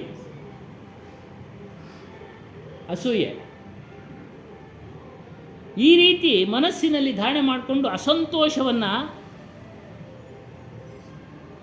ಮನುಷ್ಯ ಅನುಭವಿಸ್ತಾ ಇದ್ದಾನೆ, ದುಃಖವನ್ನು ಅನುಭವಿಸ್ತಾ ಇದ್ದಾನೆ, ನೋವನ್ನು ಅನುಭವಿಸ್ತಾ ಇದ್ದಾನೆ. ಸಬ್ ದುಃಖ ದೂರ ಹೋಕರ್ ಸಬ್ ಸುಖ ಕೈಸೆ ಮಿಲೇಗ. ಸುಖ ಹೇಗೆ ಸಿಗುತ್ತೆ? ಕರಹು ವಿಚಾರ ಜೋ ಸಬ್ ದುಃಖದ ಜಾಯಿ. ವಿಚಾರ ಮಾಡಿ. ದುಃಖದಿಂದ ಬಿಡುಗಡೆ ಆಗಂಥ ಶಬ್ದಗಳನ್ನು ಕೇಳಿ, ಅದೇ ವಿಚಾರ. ಹೇಳ್ತಾ ಇದೆಯಲ್ಲ, ಇದೇ ವಿಚಾರ ಕೇಳಿ ಅವುಗಳನ್ನು ಧಾರಣೆ ಮಾಡಿಕೊಳ್ಬೇಕು. ಇದು ದುಃಖ ಕೊಡುತ್ತೆ, ದೂರ ಇಡಬೇಕು. ಈ ವಿಚಾರ ಬೇಡ ನಮಗೆ, ಈ ವಿಚಾರ ಬೇಡ. ಈ ಶಬ್ದಗಳನ್ನು ಕೇಳಿ ನೀವು ಚಿಂತನೆ ಮಾಡಬೇಕು. ಆಗ ನಿಮಗೆ ಮುಕ್ತಿಯ ಮಾರ್ಗ ಸಿಗುತ್ತೆ. ಗುರುಗಳು ಹೇಳಿದ ಮಾರ್ಗದಲ್ಲಿ ಹೋಗಬೇಕು ಅನ್ನೋದು ನೀವು ಚಿಂತನೆ ಮಾಡಿದಾಗ ಅದು ಸತ್ಯನಪ್ಪ ಅನಿಸುತ್ತೆ. ಒಂದೇ ದಿನಕ್ಕೆ ಎಲ್ಲವೂ ಅರ್ಥ ಆಗೋದಿಲ್ಲ. ಬಾಯಾರಿಕೆ ಆದಾಗ ಆ ಬಾಯಾರಿಕೆ ದೂರ ಮಾಡ್ಕೊಳ್ಳೋಕ್ಕೆ ನೀರನ್ನು ಕುಡಿತೀವಿ. ಹೊಟ್ಟೆ ಹಸಿವಾದಾಗ ಊಟವನ್ನು ಮಾಡ್ತೀವಿ. ಕಾಯಿಲೆ ಬಂದಾಗ ವೈದ್ಯರು ಹೇಳಿದಂಥ ಔಷಧವನ್ನು ತೆಗೆದುಕೊಳ್ತೀವಿ. ಈ ಪ್ರಪಂಚದಲ್ಲಿರ್ತಕ್ಕಂಥ ಸಾಧನೆಗಳು ದುಃಖವನ್ನು ದೂರ ಮಾಡುವಂಥದ್ದಲ್ಲ. ಈ ಸಾಧನೆಗಳನ್ನು ಶರೀರ, ಜ್ಞಾನೇಂದ್ರಿಯ, ಇವೆಲ್ಲ ಸಾಧನೆಗಳು, ಹೊರಗಡೆ ಸಿಗತಕ್ಕಂಥ ವಸ್ತುಗಳು ಉಪಯೋಗಿಸ್ಕೊಳ್ತಾ ಇದ್ದೀವಿ. ಅವುಗಳನ್ನು ಸುಖದ ಮಾರ್ಗದ ಕಡೆಗೆ ನಮಗೆ ಅನುಕೂಲ ಆಗೋ ರೀತಿ ನಾವು ಬಳಸ್ಕೊಳ್ಳೋದೇ ಸುಖ. ಎಲ್ಲರೂ ಪ್ರಯಾಣಿಕರಂತೆ. ನಾವೆಲ್ಲರೂ 60 ವರ್ಷದಿಂದ ಪ್ರಯಾಣ ಮಾಡ್ತಾ ಇದ್ದೀವಿ. ಕೆಲವರು 70, ಕೆಲವರು ನಮ್ಮ ಸ್ಟೇಷನ್ ಬಂದರೆ ಇಳಿಬೇಕು, ಇಳಿದ್ಬಿಟ್ಟು ಓದ್ತಾ ಇರಬೇಕು. ಇನ್ನೂ ಬಂದಿಲ್ಲ ನಮ್ಮ ಸ್ಟೇಷನ್ಗಳು. ಯಾವಾಗ ಬರುತ್ತೋ ಏನೋ ಗೊತ್ತಿಲ್ಲ. ಎಲ್ರಿಗೂ ರೆಡಿ ಇರ್ತೈತೆ ಸ್ವಾಮಿ. ಹುಟ್ಟಿದ ಮೇಲೆ ರೆಡಿನೇ. ಸುಮ್ಮನೆ ನಾವು ಜ್ಯೋತಿಷ್ಯ ಅಷ್ಟೇ. ಅದರಲ್ಲೂ ಅನೇಕ ವಿಚಾರಗಳು ಜ್ಯೋತಿಷ್ಯ ಇವ್ರಿಗೂ ಗೊತ್ತಿದೆ. ಗೊತ್ತಾಗದೇ ಇಲ್ಲ ಯಾವ ಮನುಷ್ಯ. ಅನೇಕ ಘಟನೆಗಳನ್ನು ನೋಡಿಬಿಟ್ವಿ ನಾವು ನಮ್ಮ ಬಂಧುಗಳಲ್ಲಿ. ಕರೆದು ಕೇಳಿದ್ರು, ಏನಪ್ಪ ರಾಜಯೋಗ ಇತ್ತು, ಇವ್ರು ಗಜ ಸೇರಿ ಯೋಗ, ಗಂಡ ಹೆಂಡತಿ ಮದುವೆ ಮಾಡಿದ್ವಿ, 6 ತಿಂಗಳಿಗೆ ಅವನು ಹೊರಟೋದ.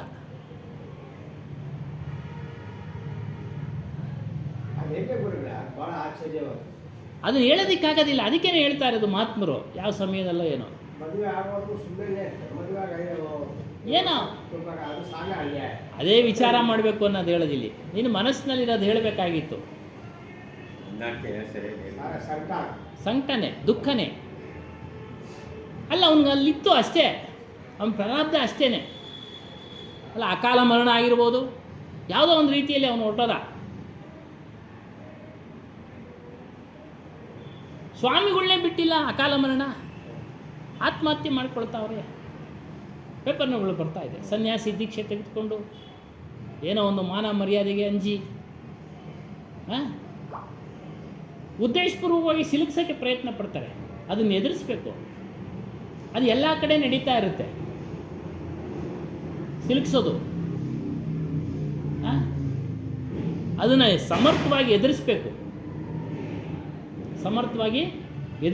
ಪಾಪ ಸ್ವಾಮಿ ಆತ್ಮಹತ್ಯೆ ಮಾಡ್ಕೊಂಡು ಮಾನ ಮರ್ಯಾದೆಗೆ ಅಂಜಿ ಅಲ್ಲಿ ನೋಡಿದ್ವಿ ಪೇಪರ್ಗಳಲ್ಲಿ. ನಿಜಾನೋ ಸುಳ್ಳ ಗೊತ್ತಿಲ್ಲ, ಅವನು ಎದುರಿಸ್ಬೋದಾಗಿತ್ತು. ಅದೊಂದು ಕಷ್ಟದ ಫಲ, ಅಕಸ್ಮಾತ್ ತಪ್ಪು ಮಾಡಿದ್ನ ದುಷ್ಕರ್ಮದ ಫಲ ಅಂತ ಹೇಳಿ ಅನುಭವಿಸ್ಬೇಕು, ಎದುರಿಸ್ಬೇಕು. ಆತ್ಮಹತ್ಯೆ ಮಾಡ್ಕೊಳ್ಳೋದು ಕೇಡಿಗಳ ಕೃತ್ಯ, ಮಹಾಪಾಪ. ಶಾಸ್ತ್ರಗಳಲ್ಲಿ ಹೇಳಿದೆ, ಮಾಡ್ಕೊಳ್ಬಾರ್ದು. ಎಂದವ್ರಿಗೂ ಬರುತ್ತೆ, ಬರದೇ ಇರೋದಿಲ್ಲ. ಮಾಡೋರು ಇದ್ದಾರೆ, ಮಾಡದೇ ಇರೋರು ಇದ್ದಾರೆ. ಅಧಿಕಾರದ ಆಸೆಯಿಂದ ಇವತ್ತೊಂದು ದಿನ ನಡೀತಾ ಇದೆ. ಅದಕ್ಕೆ ಹೇಳಿದ್ದು ಮೊದಲು, ಈ ಪೀಠಾಧಿಕಾರಿಗಳ ವಿಚಾರಗಳಲ್ಲೂ ಸಹ ಸ್ಪರ್ಧೆ. ನಾನಾಗಬೇಕು.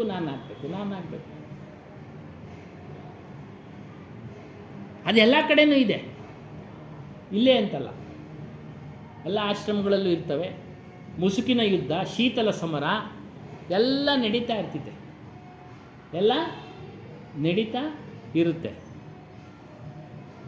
ಈ ರೀತಿ ಹೇಳ್ತಾರೆ, ನೀನು ವಿಚಾರ ಮಾಡು, ಬೇರೆಯವರಿಗೆ ತೊಂದರೆ ಕೊಡಬೇಡ. ನೋಡಿ ಹೇಳ್ತಾರೆ, ಅದು ಸಹ ನಿನ್ನ ಕಾಡಿಸುತ್ತೆ.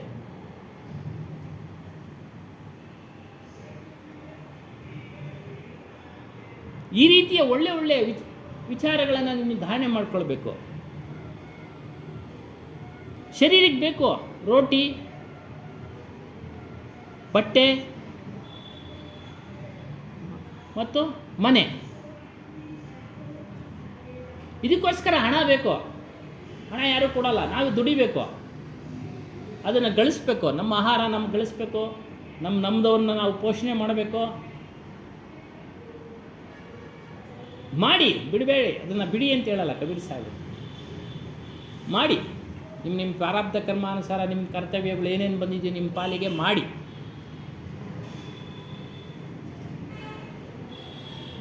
ಉಳಿದ ಹಣವನ್ನು ಸದುಪಯೋಗ ಪಡಿಸ್ಕೊಳ್ಳಿ. ಏನು ಒಂದು ದಾನ ಧರ್ಮ ಮಾಡೋದು ಹೇಳ್ತಾರೆ. ಧನ್ ಕಿ ಸಾರ್ಥಕತಾ ಕೋ ದೂಸರೆ ಕಿ ಸೇವಾ ಮೇ ಲಗಾವೆ. ಸಾರ್ಥಕತೆ ಮಾಡ್ಕೊಳ್ಳಿ.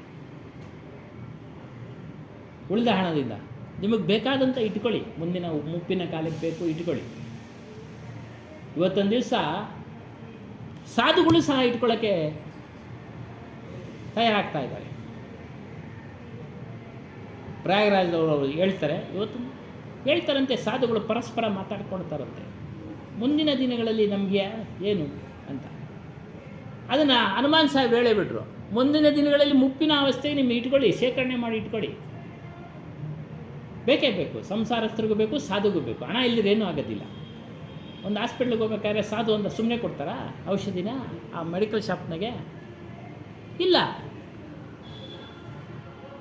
ಹಾಗಾಗಿ ಇಟ್ಕೊಳ್ಳಿ, ಆದರೆ ಅದನ್ನೇ ಹವ್ಯಾಸ ಮಾಡ್ಕೊಬೇಡಿ, ಅಭ್ಯಾಸ ಮಾಡ್ಕೊಬೇಡಿ. ಒಂದು ಲಿಮಿಟೇಷನ್.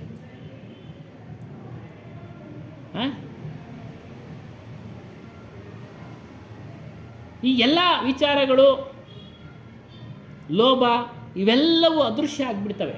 ಒಳ್ಳೆ ಜ್ಞಾನವನ್ನು ಪಡಿತಾ ಇದ್ದರೆ ಅವೆಲ್ಲ ಅದೃಶ್ಯ ಆಗ್ತವೆ. ಆಗಲೇ ಹೇಳ್ದಂಗೆ ಎಲ್ಲ ಕಡಿಮೆ ಮಾಡ್ತಾ ಮಾಡ್ತಾ ಅವೆಲ್ಲ ಅದೃಶ್ಯ ಆಗ್ತವೆ. ಜ್ಞಾನದ ವಿಚಾರಗಳನ್ನು ಮಾತಾಡ್ತಾ ಅದನ್ನು ಧಾರಣೆ ಮಾಡ್ಕೊಳ್ತಾ ಇದ್ದಾರೆ. ಶರೀರ ಸ್ತ್ರೀ ಆಗಿರ್ಬೋದು, ಪುರುಷ ಆಗಿರ್ಬೋದು. ದೇಹದ ಅಂಗಗಳು ಬೇರೆ. ಆದರೆ ಎಲ್ಲರಲ್ಲಿರ್ತಕ್ಕಂಥ ಆತ್ಮಸ್ವರೂಪನು ಅರಿವಿನ ಗುಣವುಳ್ಳವನು. ಅವರಲ್ಲೂ ಅರಿವು ಇದೆ, ನಮ್ಮಲ್ಲೂ ಅರಿವಿದೆ.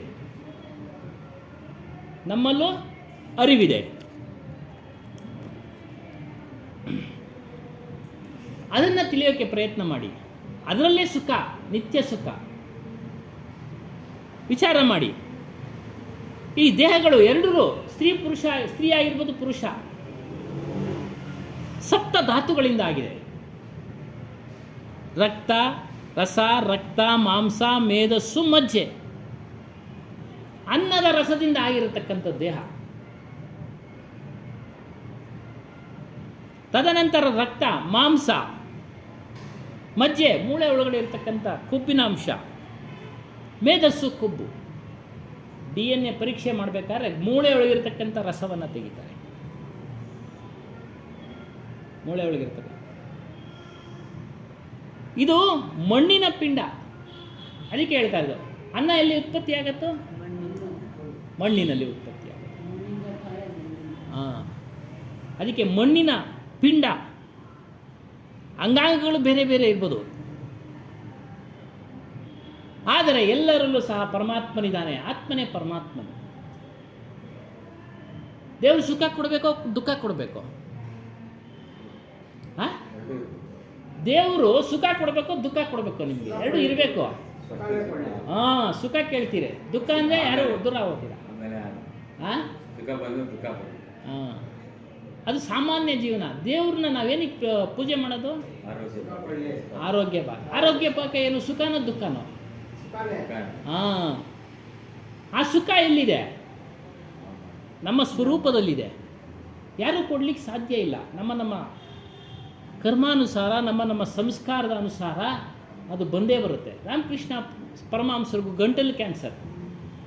ಅವರು ಎಷ್ಟು ಸಿದ್ಧಿ ಪಡೆದಿದ್ದು ಅಂದರೆ, ಆ ಒಂದು ಸಿದ್ಧಿಯ ಮೂಲಕ ಆ ಗಂಟಲು ಕ್ಯಾನ್ಸರನ್ನು ಹೋಗಲಾಡಿಸ್ಕೊಳ್ಳೋಗಿತ್ತು. ಶಿಷ್ಯರು ಕೇಳ್ತಾರೆ, ನಿಮ್ಮಲ್ಲಿರ್ತಕ್ಕಂಥ ತಪಶಕ್ತಿಯಿಂದ ಈ ಕಾಯಿಲೆನ ವಾಸಿ ಮಾಡ್ಕೊಳ್ಬಹುದಾಗಿತ್ತು ಗುರುಗಳೇ ಅಂತ ಹೇಳ್ತಾರೆ.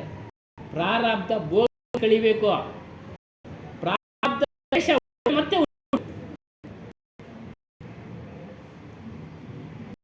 ಔಷಧಿ ತಗೊಳ್ಬೇಕು.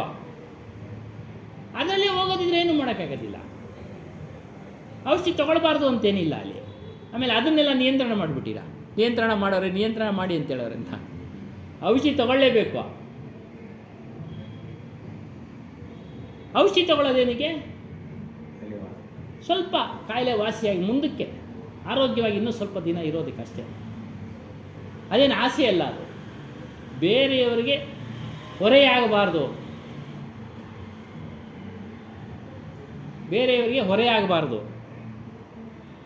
ಅಂದರೆ ಔಷಧಿ ತೆಗೆದುಕೊಂಡು ಅದನ್ನು ಆರೋಗ್ಯವಾಗಿ ಇಟ್ಕೊಳ್ಳೋಕೆ ನೋಡ್ತೀವಿ. ಆಹಾರದಲ್ಲೂ ಔಷಧಿ ಇದೆ, ಅದನ್ನು ಸೇವನೆ ಮಾಡ್ತೀವಿ. ಆಹಾರಗಳಲ್ಲಿ ಔಷಧಿ ಇದೆ. ಈಗೆಲ್ಲ ಬಿಡಿ, ಎಲ್ಲ ಕಲಬೆರಕೆ. ಇದರಿಂದ ನೀವು ಈ ರೀತಿ ವಿಚಾರ ಮಾಡಿ, ಇದು ದೇಹ, ಸ್ತ್ರೀ ಆಗಲಿ ಪುರುಷ ಆಗಲಿ, ಇದು ಮಣ್ಣಿನ ಪಿಂಡ. ಇದಕ್ಕೊಂದು ಹೆಸರಿಟ್ಟಿದ್ದಾರೆ, ಕರೆಯೋದಕ್ಕಷ್ಟೇ.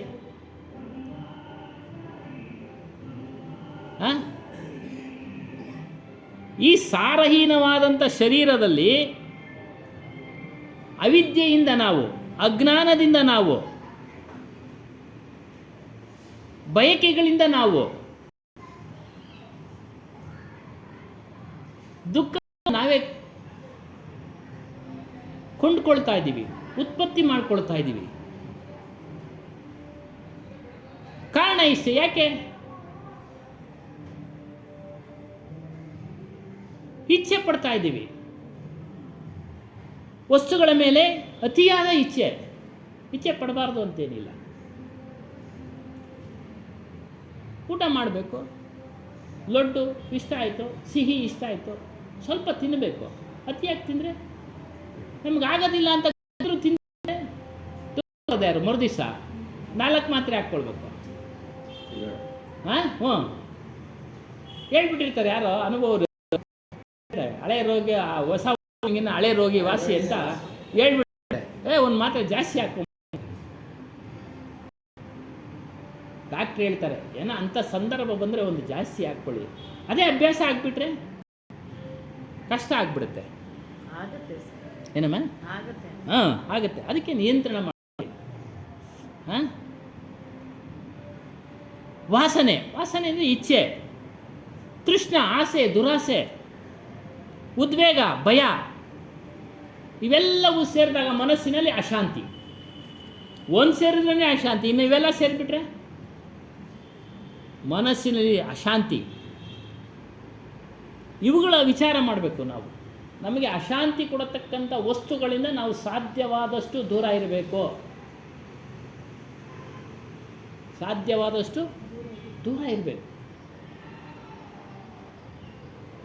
ಮೊದಲಾದ್ರೆ ಹಿಂದಿನ ಕಾಲದಲ್ಲಿ 40-50 ವರ್ಷದ ಹಿಂದೆ ದಂಪತಿಗಳು ಎಷ್ಟೇ ಕಷ್ಟ ಆದರೂ ಅನ್ಯೋನ್ಯತೆಯಿಂದ ಇರೋರು. ಇವತ್ತಿಲ್ಲ. ತಿಳಿದುಬಿಟ್ಟಿದ್ದಾರೆ, ಓದ್ಬಿಟ್ಟಿದ್ದಾರೆ ಅಲ್ಲ ಸ್ವಾಮಿ, ಸ್ವತಃ ಸಂಪಾದನೆ ಮಾಡಿಕೊಳ್ತಾರೆ. ಅದು ಅವರವರ ಸಂಸ್ಕಾರನೂ ಆಗಿರುತ್ತೆ. ಅದರಿಂದ ವಿಚಾರ ಮಾಡಿ ಇವೆಲ್ಲ ದುಃಖದಿಂದ ದೂರ ಇರಿ.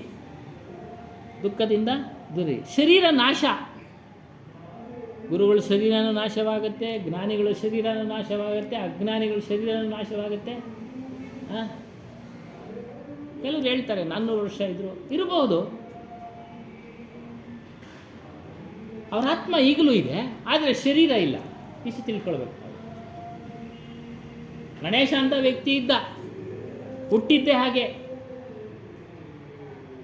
ಶಿವ ಅಂತ ವ್ಯಕ್ತಿ ಇದ್ದ, ಪಾರ್ವತಿ ಅಂತ ವ್ಯಕ್ತಿ ಇದ್ದ. ಅವರೆಲ್ಲ ಶರೀರಗಳು ಹೊರಟೋದು, ಅವರ ಆತ್ಮ ಇದ್ದಾವೆ. ನಾವು ವಿಚಾರ ಮಾಡಬೇಕು. ನಮ್ಮ ಆತ್ಮ ಇರುತ್ತೆ, ಸದಾ ಇರುತ್ತೆ. ಎಷ್ಟೋ ಒಂದು ಯುಗಗಳಿಗೆ ಒಂದು ಸಾರಿ ಬ್ರಹ್ಮನು ಸಾಯ್ತಾನೆ ಅಂತ ಪುರಾಣಗಳಲ್ಲಿ ತಿಳಿಸಿ.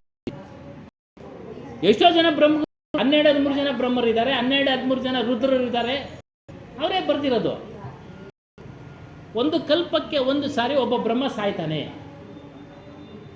ಅದಕ್ಕೆ ಅವೆಲ್ಲ ವಿಚಾರಗಳು, ಭ್ರಮೆಗಳು ತಲೆಗೆ ಹಾಕ್ಕೊಂಬಿಡಿ, ತಲೆ ಕೆಟ್ಟೋತಿದೆ. ಅವೆಲ್ಲ ಸಂಶಯಗಳು ಗ್ರಸ್ತ. ಅದನ್ನ ಯಾರು ನೋಡಿದ್ರು ಅಂತ ಕೇಳಿದ್ರೆ ಉತ್ತರ ಇಲ್ಲ. ಅದೆಲ್ಲ ನೋಡಿದ್ರೆ ಅವರು ಇಲ್ಲ. ವೇದಗಳಲ್ಲಿ ಅದೇ ತಿಳಿಸಿದೆ. ದೇವತೆಗಳಿಗೂ ಗೊತ್ತಿಲ್ಲ ಈ ಸೃಷ್ಟಿ ಹೆಂಗಾಯ್ತು ಅನ್ನೋದು ಅಂತ.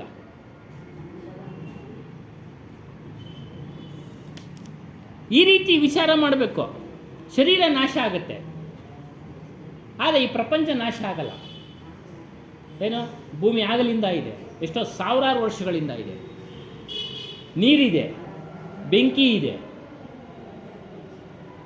ಮನುಷ್ಯ ನಾಗರಿಕತೆ ಕಲ್ತಂಗೆಲ್ಲ ಬೆಂಕಿ ಉತ್ಪನ್ನ ಮಾಡೋದು ಕಲ್ತ.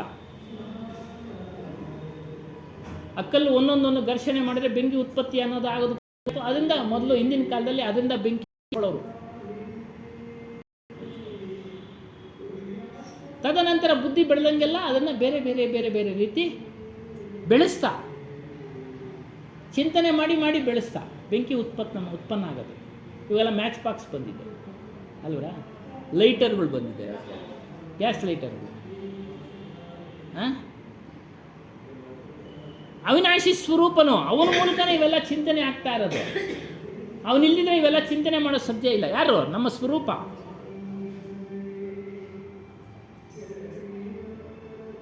ಅವನು ಬುದ್ಧಿಗೆ ತಿಳುವಳಿಕೆ ಕೊಡ್ತಾ ಇದ್ದಾನೆ, ಮನಸ್ಸಿಗೆ ತಿಳುವಳಿಕೆ ಕೊಡ್ತಾ ಇದ್ದಾನೆ. ಆ ಮೂಲ ಸ್ವರೂಪನ ಇವರು ತಿಳಿತಾ ಇಲ್ಲ. ಅದೇ ಅರಿವು, ಆತ್ಮ, ಚೈತನ್ಯ. ಅವನು ಶುದ್ಧನು, ಬುದ್ಧನು. ಬುದ್ಧ ಅಂದರೆ ಜ್ಞಾನ ಸ್ವರೂಪನು. ಶುದ್ಧನು ಅಂದರೆ ಯಾವುದೇ ಮಲಿನ ಇಲ್ಲ. ದೇಹ ಮಲಿನದಿಂದ ಆಗಿರೋದು, ಕೊಳೆಯಿಂದ ಆಗಿರೋದು ದೇಹ. ಅದು ಕೊಳೆ ಇಲ್ಲ, ಅಲ್ಲಿ ಮಲಿನತೆ ಇಲ್ಲ, ನಿರ್ಮಲವಾಗಿದೆ ಅಲ್ಲಿ. ಇನ್ನೆಲ್ಲ ವಿಚಾರಗಳಲ್ಲಿ, ಎಲ್ಲ ವಿಷಯಗಳಲ್ಲೂ ಮಲಿನತೆ ಇದೆ. ಮತ್ತು ಅಸಂಗ, ಅವನು ಯಾರ ಜೊತೆನೂ ಇಲ್ಲ.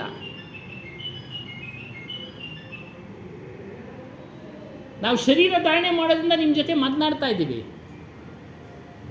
ಶರೀರ ಹೋದ್ಮೇಲೆ ಏನು ಮಾತುಕತೆ ಇಲ್ಲ, ಯಾರ ಸಂಘನೂ ಇಲ್ಲ. ನಿಮ್ಮ ಸಂಘದಲ್ಲಿದ್ದಾನೆ, ಅದೇ ನೀವಾಗಿದ್ದೀರಾ, ಬೇರೆ ಸಂಘ ಇಲ್ಲ. ಈ ರೀತಿ ವಿಚಾರ ಮಾಡ್ತಾ ಮಾಡ್ತಾ ಆ ಆತ್ಮನಲ್ಲಿ ನೀವು ಸೇರೋದಕ್ಕೆ ಪ್ರಯತ್ನ ಪಟ್ಟರೆ ದುಃಖ ಲೇಷ ಒಂದು ಸ್ವಲ್ಪನೇ ಇರೋದಿಲ್ಲ. ಪ್ರಾರಬ್ಧ ಕರ್ಮ ಅನುಸಾರ ಬಂದಿದೆ, ಅನುಭವಿಸ್ಬೇಕು. ದುಃಖ ಪಡೋ ಪ್ರಶ್ನೆನೇ ಬರೋದಿಲ್ಲ ಅವಾಗ. ಬಂದಿದೆ, ಇವತ್ತಿಲ್ಲ ನಾಳೆ ಹೋಗುತ್ತೆ ಅಷ್ಟೇ. ಸ್ಥಿತಪ್ರಜ್ಞಂತೆ ಇರ್ತಾನೆ, ಅಸನ್ಮುಖಿಯಾಗಿರ್ತಾನೆ. ದುಃಖ ಬಂದಾಗ ಅತಿಯಾಗಿ ದುಃಖ ಪಡೋಲ್ಲ. ಅದನ್ನು ವಿಚಾರ ಮಾಡಿ ಕಳ್ಕೊಳ್ಳೋಕ್ಕೆ ಪ್ರಯತ್ನ ಮಾಡ್ತಾನೆ.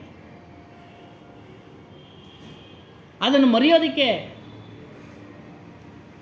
ಗುರುಗಳ ಬಳಿ ಹೋಗಿ ವಿಚಾರ ಮಾಡ್ತಾನೆ.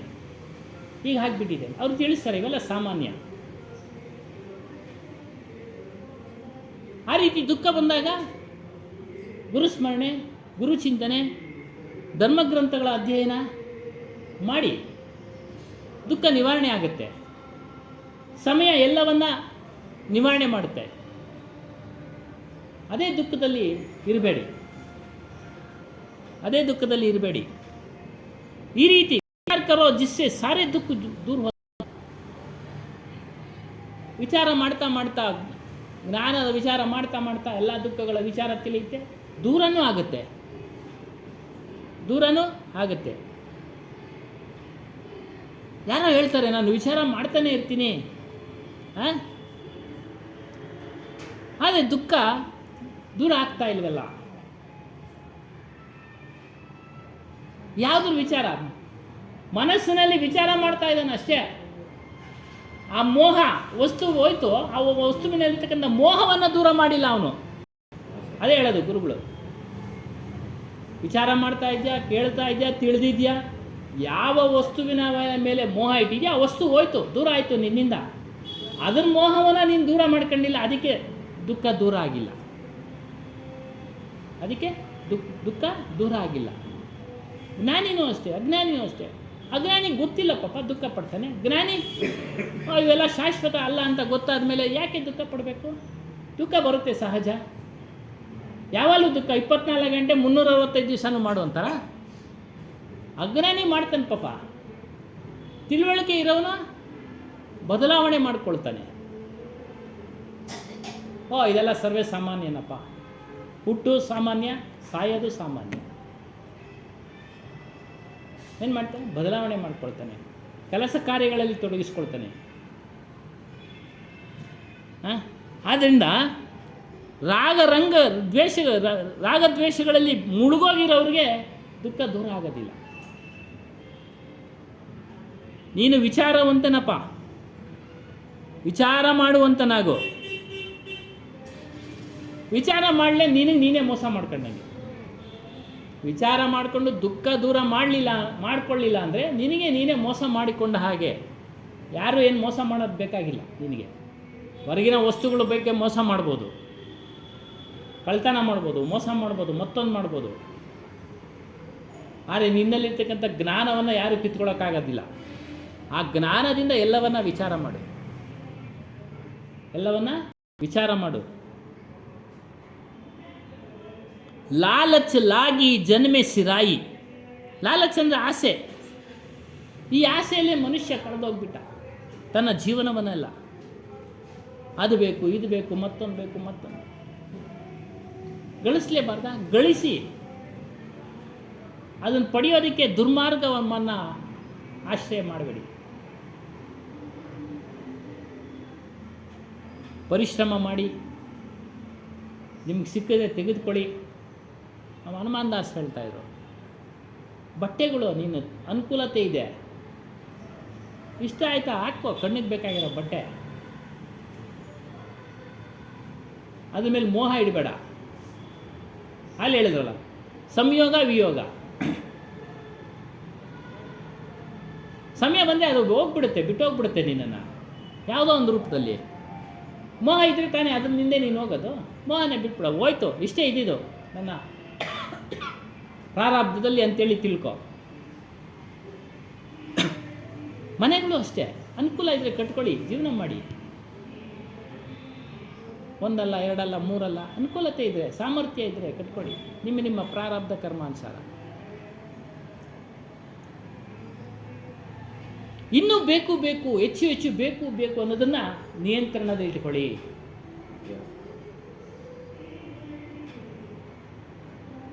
ಯಾವಾಗ ಒಂದು ಬಾರಿ ನೀವು ಬೇಕು ಬೇಕು ಅಂತ ಅದ್ರ ಹಿಂದೆ ಹೋಗ್ತಿರೋ, ಅದು ನಿಮ್ಮನ್ನು ಬಿಡಲ್ಲ, ಕಟ್ಟಾಕೊಂಡ್ಬಿಟ್ಟಿರುತ್ತೆ ನಿಮ್ಮನ್ನು ಕಟ್ಟಾಕೊಂಡ್ಬಿಟ್ಟಿರುತ್ತೆ. ಆ ಯಾಯತಿಗೂ ಹಾಗೆ ಕಟ್ಟಾಕೊಂಡ್ಬಿಡ್ತು. ಕೊನೆಗೆ ಅವನಿಗೆ ಜ್ಞಾನೋದಯ ಆಯಿತು. ಭೋಗಗಳನ್ನ ಭೋಗಿಸ್ತಾ ಇದ್ದ, ದೊಡ್ಡ ರಾಜ. ಇನ್ನೂ ಭೋಗಿಸ್ಬೇಕು ಅಂತ ಆಸೆ. ಮಕ್ಕಳ ಆಯುಷ್ ಎಲ್ಲ ಕೇಳ್ದ, 3 ಜನ ಕೊಳ್ಳಿಲ್ಲ, 4ನೇ ಅವನು ಕೊಟ್ಟ. ಮತ್ತೆ ಆಯುಷ್ ಅನುಭವಿಸ್ತಾ ಇದ್ದ. ಅವನಿಗೆ ಪುಣ್ಯ ಫಲ ಬಂತು, ಸಂಸ್ಕಾರದ ಫಲ ಬಂತು, ಚಿಂತನೆ ಮಾಡ್ದ, ಓ ಇದು ಸರಿ ಇಲ್ಲ, ವಾಪಸ್ ಕೊಟ್ಟ.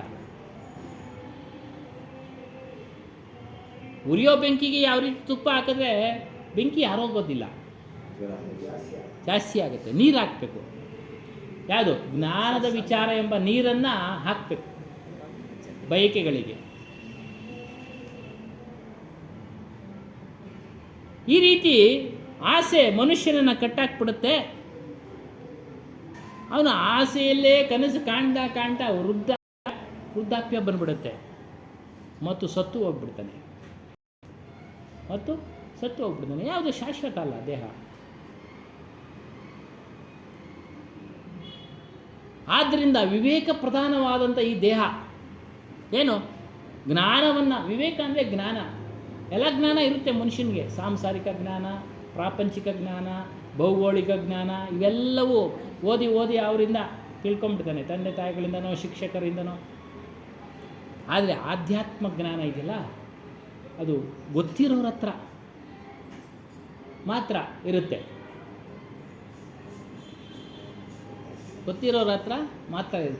ಅದೇನು ಬಾಜಾರ್ನಲ್ಲಿ ಅಲ್ಲೆಲ್ಲಿ ಕಾಲೇಜುಗಳು ಓಪನ್ ಮಾಡೋರಲ್ಲ, ಹಂಗೆ ಓಪನ್ ಮಾಡಿರೋದಿಲ್ಲ. ಎಲ್ಲೋ ಒಂದು ಆಶ್ರಮ ಅಂತ ಇರುತ್ತೆ, ನಾವು ಹುಡುಕೊಂಡು ಹೋಗ್ಬೇಕು.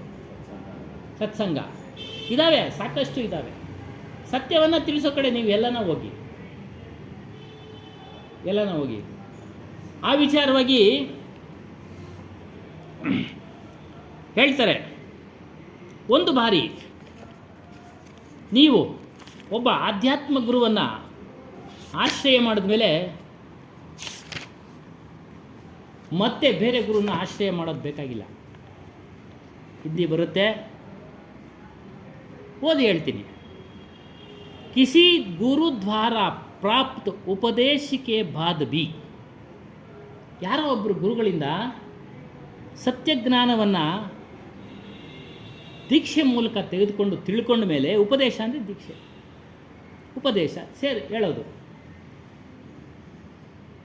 ಶಂಕೆಗಳು ಬರುತ್ತೆ. ಯದಿ ಶಂಕಾಯಿ ಶೇಷ ರಹಜಾಯೆ, ಇದ್ದರೆ ಇರೋದಿಲ್ಲ. ಸತ್ಯಜ್ಞಾನ ಗುರುಗಳು ಎಲ್ಲ ತಿಳಿಸ್ತಾರೆ.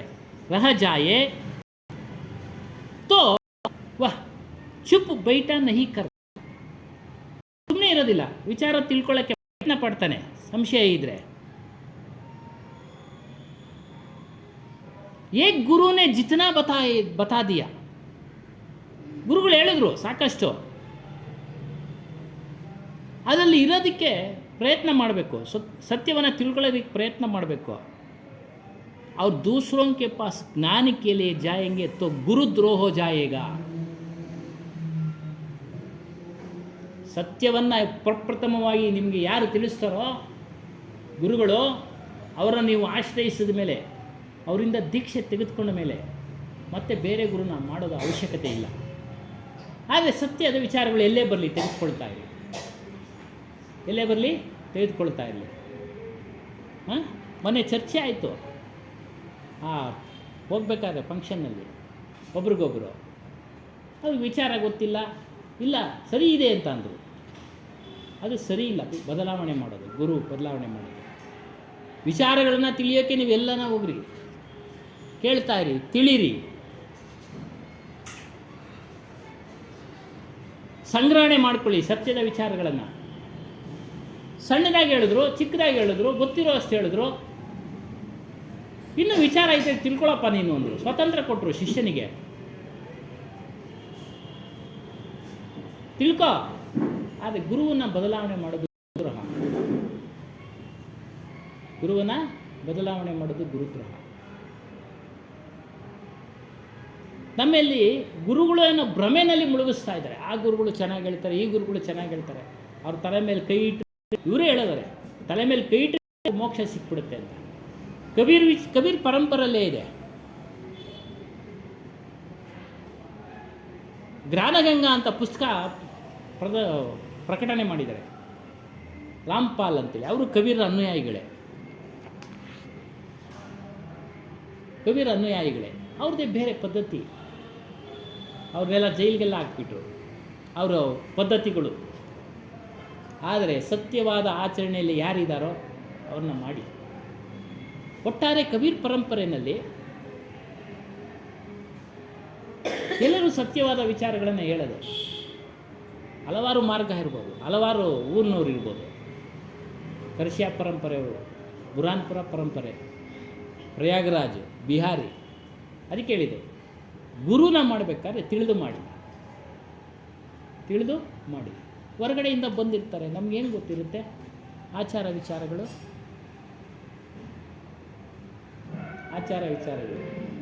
ಹಾಗಾಗಿ ಗುರುನ ಮಾಡಬೇಕಾದ್ರೆ ನೋಡಿ ವಿಚಾರ ಮಾಡಿ. ಸುಮ್ಮನೆ ಭ್ರಮೆಗಳು ಕುಂಡಿಸ್ಬಿಡ್ತಾರೆ. ವಿಚಾರ ಮಾಡಿ. ನಮಗೆ ಗೊತ್ತು ಯಾರ್ಯಾರು ಏನೇನು ಇತ್ತಂತ. ನಾವು ತಪ್ಪು ಹೇಳಿದ್ರೆ ನಮ್ಮನ್ನು ಕೈ ಬಿಡಿ.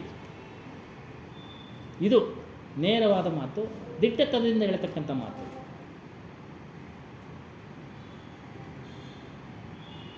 ಈ ರೀತಿ ಗುರುಗಳ ವಿಚಾರದಲ್ಲೂ ಸಹ ನಮ್ಮಲ್ಲಿ ಭ್ರಮೆಗೆ ನುಗ್ಗಿಬಿಡ್ತಾರೆ. ಆಗಲೇ ಹೇಳಿದ ಸಾಧುಗಳು ಅಲ್ಲೇನೆ 1-2 ದಿನ ಒಬ್ಬರ ಮನೆಯಲ್ಲಿ ಏನೋ ಕಾಯಿಲೆ ಬಂದ ಅಷ್ಟೇ. ಹಾಗಾಗಿ ಇವೆಲ್ಲ ಮಾಡಬೇಕು. ವಿವೇಕ ಪ್ರಧಾನ, ಅದಕ್ಕೆ ಹೇಳಿರೋದು ಪ್ರಧಾನವಾದಂಥ ಏನಿದೆ, ಬುದ್ಧಿ ಇದೆ, ಇವುಗಳಿಂದ ವಿಚಾರ ಮಾಡ್ತಾ ಇರಿ. ಯಾವುದು ಸತ್ಯ, ಯಾವುದು ಅಸತ್ಯ. ಗುರುನ ಪರೀಕ್ಷೆ ಮಾಡಿ ಅಂತಲೇ ಕಬೀರ್ ಸಾಹೇಬ್ ಹೇಳ್ತಾರೆ. ಪರೀಕ್ಷೆ ಅಂದರೆ ಆಚರಣೆಗಳು ಹೇಗಿದೆ, ಅವ್ರ ಗುಣ ಸ್ವಭಾವಗಳು ಹೇಗಿದ್ದಾವೆ. ಇದೇ ಅಭಿಲಾಷ್ ಸಾಹೇಬ್ ಒಂದು ಕಡೆ ಹೇಳ್ತಾರೆ, ಯಾರು ಹಣದ ಹಿಂದೆ ಹೋಗ್ತಾರೆ, ಯಾರು ಸನ್ಮಾನದ ಹಿಂದೆ ಹೋಗ್ತಾರೆ, ನನಗೆ ಸನ್ಮಾನ ಆಗಬೇಕು, ಬೇರೆಯವ್ರನ್ನೆಲ್ಲ ಬೇರೆಯವ್ರ ಮುಂದೆ ಎಲ್ಲ ನನಗೆ ಹಾರ ಹಾಕಬೇಕು, ಪೂಜೆ ಮಾಡಬೇಕು, ಇವುಗಳಿಂದ ಯಾರು ಹಿಂದೆ ಹೋಗ್ತಾರೋ ಅವರೆಲ್ಲ ಸಾಧುಗಳಲ್ಲ.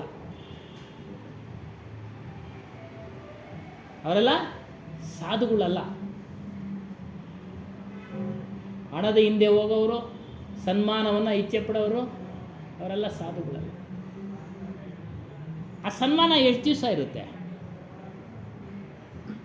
ಆ ಜಾಗದಲ್ಲಿ ಇರೋ ಅಷ್ಟೇ ಟೈಮ್. ಹಾಗಾಗಿ ಅವನ್ನೆಲ್ಲ ಬಿಟ್ಟಂಥವನಾಗಿರ್ಬೇಕು ಗುರು. ಅವೆಲ್ಲ ಬಿಟ್ಟಂಥವ್ರಾಗಿರ್ಬೇಕು. ಈ ಒಂದು ಸಾಲಿನಲ್ಲಿ ನಾವು ನೋಡಿದವರಲ್ಲಿ ನಮಗೆ ಕಂಡ ಹಾಗೆ ಸದ್ಗುರು ಹನುಮಾನ್ ಸಾಹೇಬ್ ಭಾಳ ಸರಳ. ಎಲ್ರಿಗೂ ಹೇಳೋರು, ನೀವು ಕಲೀರಿ ಹೇಳೋದ್ರನ್ನ ಅಂತ. ನೀನು ಬೆಳೆದು ಬಿಡ್ತೀಯ ಅಂತೇಳಿ ಅವರಲ್ಲಿ ಅಸೂಯೆ ಇರಲಿಲ್ಲ. ಹೇಳೋರು, ನೀನು ಹೇಳು, ನಾನು ಇದ್ದೀನಿ, ತಪ್ಪಾದರೆ ನಾನು ಸರಿ ಮಾಡ್ತೀನಿ ಅಂತೇಳಿ ನಿಸ್ವಾರ್ಥತೆಯಿಂದ ಬಂದಂಥ ಕಾಣಿಕೆಗಳನ್ನು ಸೇರಿಸಿ ಆನೇಕಲ್ನಲ್ಲಿ ಒಂದು ಆಶ್ರಮ ಕಟ್ಟಿದ್ರು. ಅಲ್ಲಿನ ಭಕ್ತಾದಿಗಳು ಉದ್ಧಾರ ಆಗಲಿ ಅಂತ. ನಿಸ್ವಾರ್ಥ, ಯಾವುದೇ ಸ್ವಾರ್ಥ ಇಲ್ಲ. ಈ ರೀತಿ ಇಂಥ ಗುರುಗಳನ್ನು ನೀವು ಆಶ್ರಯಿಸಬೇಕು. ಯಾಕೆ? ನಿಮ್ಮಲ್ಲಿ ವಿವೇಕ ಇದೆ, ಚಿಂತನೆ ಮಾಡೋ ಶಕ್ತಿ ಇದೆ, ಯೋಚನೆ ಮಾಡೋ ಶಕ್ತಿ ಇದೆ, ಮತ್ತು ಬಂದಿರೋ ಒಂದು ಈ ಶರೀರ, ಮನುಷ್ಯ ಶರೀರದ ಸಮಯವನ್ನು ಸದುಪಯೋಗಪಡಿಸಿಕೊಳ್ಳಿ, ಕಲ್ಯಾಣ ಮಾಡ್ಕೊಳ್ಳಿ. ಕಲ್ಯಾಣ ಅಂದರೆ ಮದುವೆ ಅರ್ಥ, ಆದರೆ ನಿಜವಾದ ಅರ್ಥ ನಿಮ್ಮನ್ನು ನೀವು ಬಿಡುಗಡೆ ಮಾಡ್ಕೊಳ್ಳಿ, ಒಳ್ಳೇದು ಮಾಡ್ಕೊಳ್ಳಿ ಅಂತ ಬಂದಿದೆ. ಇದನ್ನು ಒಳ್ಳೇದು ಮಾಡ್ಕೊಳ್ಳಿ, ಸದುಪಯೋಗಪಡಿಸಿಕೊಳ್ಳಿ. ಮಾನವ ಜೀವನ ಸುನಹಲ್ಕ ಅವಸರ್, ಸುವರ್ಣಾವಕಾಶ ಮಾನವ ಜೀವನ ಸಿಗೋದು, ಗೋಲ್ಡನ್ ಆಪರ್ಚುನಿಟಿ ಅಂತ ಹೇಳ್ತಾರೆ. ಆದರೆ ಮನುಷ್ಯರೆಲ್ಲರೂ ಏನು ಮಾಡ್ತಾ ಇದ್ದಾರೆ? ಮಾಯೆಯಲ್ಲಿ ಬಿದ್ದಿದ್ದಾರೆ, ಸುಳ್ಳಿನ ದುರಾಸೆಗಳಲ್ಲಿ ಬಿದ್ದಿದ್ದಾರೆ. ಸುಳ್ಳಿನ ದುರಾಸೆ ಅಂದರೆ ವಸ್ತು, ಸುಳ್ಳು. ಯಾವ ವಸ್ತು ಶಾಶ್ವತವಾಗಿ ನಮ್ಮ ಜೊತೆ ಇರೋದಿಲ್ಲ. ಸಿಕ್ಕಿದೆ ನಿನಗೆ ಸಾಕಷ್ಟು, ಇನ್ನೂ ಬೇಕು ಬೇಕು ಅನ್ನೋದೇ ದುರಾಸೆ. ಬೇಕು ಬೇಕು ಬೇಕು, ಈ ರೀತಿ ತಮ್ಮ ಜೀವನವನ್ನು ಕಳೀತಾ ಇದ್ದಾರೆ. ಇದಕ್ಕಿಂತ ದೊಡ್ಡ ತಪ್ಪು ಮತ್ತೊಂದಿಲ್ಲ. ಭರಮ ಕಾ ಬಾದಾಯಿ ಜಗ ಯಹಿ ವಿಧಿ ಆವೈ ಜಾಯ್. ಭಾಳ ಅದ್ಭುತವಾದ ತಲಸ್ಪರ್ಶಿ ವಚನ ಅಂತ ಹೇಳ್ತಾರೆ. ಈ ರೀತಿಯಾಗಿ ಜಗತ್ತಿನಲ್ಲಿರ್ತಕ್ಕಂಥ ಮನುಷ್ಯರು ಭ್ರಮೆ ಎಂಬ ಬಂಧನದಲ್ಲಿ ಬೀಳ್ತಾ ಇದ್ದಾರೆ, ಸಾಯ್ತಾ ಇದ್ದಾರೆ, ಮತ್ತೆ ಬರ್ತಾ ಇದ್ದಾರೆ, ಬೀಳ್ತಾ ಇದ್ದಾರೆ, ಸಾಯ್ತಾ ಇದ್ದಾರೆ. ಆತೇ ಜಾತೆ ಬರ್ತಾ ಇದ್ದಾರೆ, ಹೋಗ್ತಾ ಇದ್ದಾರೆ, ಬರ್ತಾ ಇದ್ದಾರೆ, ಹೋಗ್ತಾ ಇದ್ದಾರೆ. ಎಷ್ಟೋ ಮನುಷ್ಯ ಜನ್ಮಗಳಾಗೋಗ್ಬಿಟ್ಟಿದ್ದಾವೆ ನಮಗೆ, ಎಷ್ಟೋ ಮನುಷ್ಯ ಜನ್ಮಗಳು ಆಗಿಬಿಟ್ಟಿದ್ದಾವೆ. ಏನೋ ವಿಶೇಷವಾಗಿ ಪುಣ್ಯದ ಬಂದಿದೆ, ಒಂದು ಕಡೆ ಸೇರ್ತಾ ಇದ್ದೀವಿ, ಸತ್ಸಂಗ ಮಾಡ್ತಾ ಇದ್ದೀವಿ. ಧರಣಿಯೊಳು ನಿಷ್ಕಾಮದಿಂ ದಶಶತಕೋಟಿ ಜನ್ಮದಲ್ಲಿ ಪುರಹರನ ಭಜಿಸಿದವನಿಗೆ ತನ್ನ ತಾನು ತಿಳಿಯಬೇಕೆಂಬ ವಿವೇಕವು ಮೂಡುವುದು. ಪರಮ ಪಾಪಿಷ್ಠರಿಗೆ ಅಲ್ಲ. ಧರಣಿ, ಈ ಭೂಮಿನಲ್ಲಿ 100 ಕೋಟಿ ಜನ್ಮ ನಿಷ್ಕಾಮದಿಂದ, ಯಾವುದೇ ಫಲಾಪೇಕ್ಷೆ ಇಲ್ಲದೆ ಅವರವರ ಇಷ್ಟ ದೇವರನ್ನು ಪೂಜೆ ಮಾಡಿರ್ತಾರೆ. ನಿಷ್ಕಾಮ ಅಂದರೆ ಯಾವುದೇ ಫಲಾಪೇಕ್ಷೆ ಇಲ್ಲದೆ 100 ಕೋಟಿ ಜನ್ಮ ಬರಬೇಕಂದ್ರೆ ಎಷ್ಟೋ ವರ್ಷಗಳಾಗಿರಬೇಕು. ನಾವು ಆ ಕೆಲಸ ಮಾಡಿರ್ಬೇಕಾದ್ರೆ ಎಲ್ಲ ಫಲಾಪೇಕ್ಷೆಯಿಂದನೇ ಮಾಡೋದು. ಯಾವುದೋ ಒಂದು ಸಮಯದಲ್ಲಿ ನಿಷ್ಕಾಮದಿಂದ ಮಾಡಿಬಿಟ್ಟಿರ್ತೀವಿ. ಭಕ್ತಿಯಿಂದ ಪೂಜೆ ಮಾಡಿರ್ತಾನೆ, ರಾಮನನ್ನೋ ಕೃಷ್ಣನನ್ನೋ ಮತ್ತೊಬ್ಬ. ಆದರೂ ಫಲ ನಿನ್ನ ಈ ಒಂದು ಮಾರ್ಗಕ್ಕೆ ಕರೆದುಕೊಂಡು ಬಂದು ಬಿಡುತ್ತೆ. ಸತ್ಯಜ್ಞಾನವನ್ನು, ಸತ್ಯನಾಮವನ್ನು ತಿಳ್ಕೊಳ್ಳೋಕ್ಕೆ. ಸತ್ಯನಾಮ ಅಂದರೆ ಬೇರೆ ಏನೂ ಅಲ್ಲ, ನಮ್ಮೆಲ್ಲರ ಸ್ವರೂಪ. ಅಂದರೆ ಪರೀಕ್ಷೆ ಮಾಡೋನು ಯಾರು? ಆತ್ಮನು, ಚೇತನನು. ಅದಕ್ಕೆ ಸತ್ಯನಾಮ ಅಂತ ಹೆಸರು ಕೊಟ್ಟರು. ವೇದಗಳಲ್ಲಿ 4 ರೀತಿಯ ಹೆಸರು ಕೊಟ್ಟರು. ಅಹಂ ಬ್ರಹ್ಮಾಸಿ, ಅಯಮಾತ್ಮ ಬ್ರಹ್ಮ, ತತ್ವಮಸಿ. ಈ ರೀತಿಯಾಗಿ ಸದ್ಗುರು ಕಬೀರ್ ಸಾಹೇಬರು ಸತ್ಯನಾಮ ಅಂತ ಹೇಳ್ತಾರೆ. ಮತ್ತು ಯಾವುದೇ ಧರ್ಮವನ್ನು ಪೋಷಣೆ ಮಾಡಲಿಲ್ಲ ಕಬೀರ್ ಸಾಹೇಬರು. ಮಾರ್ಗವನ್ನು ತಿಳಿಸಿದ್ರು. ಈ ಮಾರ್ಗದಲ್ಲಿ ನಡಿ, ಸತ್ಯನಾಮದ ಮಾರ್ಗದಲ್ಲಿ, ಸತ್ಯವಾದ ಮಾರ್ಗದಲ್ಲಿ ನಡಿ, ಸತ್ಯಲೋಕವನ್ನು ಪಡಿತೀಯ. ಆ ಸತ್ಯಲೋಕ ಯಾವುದು ಅಂದರೆ ನಮ್ಮ ಸ್ವರೂಪವೇ, ಬೇರೆ ಯಾವುದೋ ಲೋಕ ಅಲ್ಲ. ಕೆಳಗಡೆ 7 ಲೋಕ ಇದೆ ಅಂತಾರೆ, ಅದು ಅಲ್ಲ. ಮೇಲ್ಗಡೆ 7 ಲೋಕ ಇದೆ ಅಂತಾರೆ, ಅದು ಅಲ್ಲ. ನಿಮ್ಮ ಸ್ವರೂಪವೇ. ಆ ಲೋಕಗಳಿಗೆ ಹೋಗ್ಬಿಟ್ರೆ ಮತ್ತೆ ವಾಪಸ್ ಬರಬೇಕು ಅಂತ ಕೃಷ್ಣನು ಹೇಳ್ತಾನೆ ಗೀತೆಯಲ್ಲಿ. ನೀನು ಯಾವುದೇ ಲೋಕಕ್ಕೆ ಹೋದರೆ, ಪುಣ್ಯ ಮಾಡಿಬಿಟ್ಟು ಲೋಕಕ್ಕೆ ಹೋದರೆ, ಅದು ಪುಣ್ಯನ ಅನುಭವಿಸಿದ್ಮೇಲೆ ನೀನು ಮತ್ತೆ ತಾಯಿ ಗರ್ಭಕ್ಕೆ ಬಂದುಬಿಡ್ಬೇಕಪ್ಪ ಅಂತ. ನೋಡಿ, ಇದು ಸತ್ಯವಾದ ಸಾರವಾದ ವಿಚಾರ. ಇದನ್ನು ತಿಳಿದು ನಡೀರಿ. ಭ್ರಮೆನಲ್ಲಿ ಬೀಳ್ಬೇಡಿ. ಭ್ರಮೆನಲ್ಲಿ ಬಂಧಿತರಾಗಿ ಮನುಷ್ಯನು ಹುಡ್ತಾ ಇದ್ದಾನೆ, ಸಾಯ್ತಾ ಇದ್ದಾನೆ, ಮಾಡ್ತಾ ಇದ್ದಾನೆ, ಭೋಗಿಸ್ತಾ ಇದ್ದಾನೆ, ನೋಡ್ತಾ ಇದ್ದಾನೆ, ಕೇಳ್ತಾ ಇದ್ದಾನೆ, ತಿಂತಾ ಇದ್ದಾನೆ. ಈ ರೀತಿ ಜೀವನವನ್ನು ಆಸೆಯಲ್ಲಿ ಇಟ್ಟುಕೊಂಡು ಶರೀರವನ್ನು ಬಿಡ್ತಾ ಇದ್ದಾನೆ. ಅದೇ ಒಂದು ಹಾಡಿನಲ್ಲಿ ಇದ್ದಾರೆ, ಮಾಡಿದ್ದನ್ನೇ ಮಾಡ್ತಾವನೆ, ತಿಂದಿದ್ದನ್ನೇ ತಿಂತಾ ಇದ್ದಾರೆ. ಕಡುಬು ತಿಂತಾನೇ ಇದ್ದೀವಿ. ಯಾರು ತಿಳುವಳಿಕೆ ಬಂದಾಗಿಂದನೂ ಕಡುಬು ಅಂತ ಗೊತ್ತಾದ ಮೇಲೆ ಕಡುಬು ತಿಂತಾನೇ ಇದ್ದೀವಿ ಅಲ್ಲ ಸ್ವಾಮಿ? ಹಾಂ, ತಿಳುವಳಿಕೆ ಬಂದು ಒಂದು 10 ವರ್ಷಕ್ಕೆ ಬಂತು ತಿಳುವಳಿಕೆ, 15 ವರ್ಷಕ್ಕೆ ಬಂತು ತಿಳುವಳಿಕೆ, 60, 45, ಒಂದು 15, 45 ವರ್ಷ ತಿಂತಾಯಿದ್ದೀವಿ ವರ್ಷ. ಮೊದಲಂತೂ ಇಷ್ಟಪಟ್ಟು ಮಾಡಿಸ್ಕೊಂಡು ತಿಂತಾಯಿದ್ದೀವಿ ಅಲ್ವಾ, ವಿಶೇಷ ಅಂತ, ಚೆನ್ನಾಗಿರುತ್ತೆ ಅಂತ. ಈಗ ತಿನ್ನೋಕ್ಕಾಗುತ್ತಾ? ಯಾಕೆ?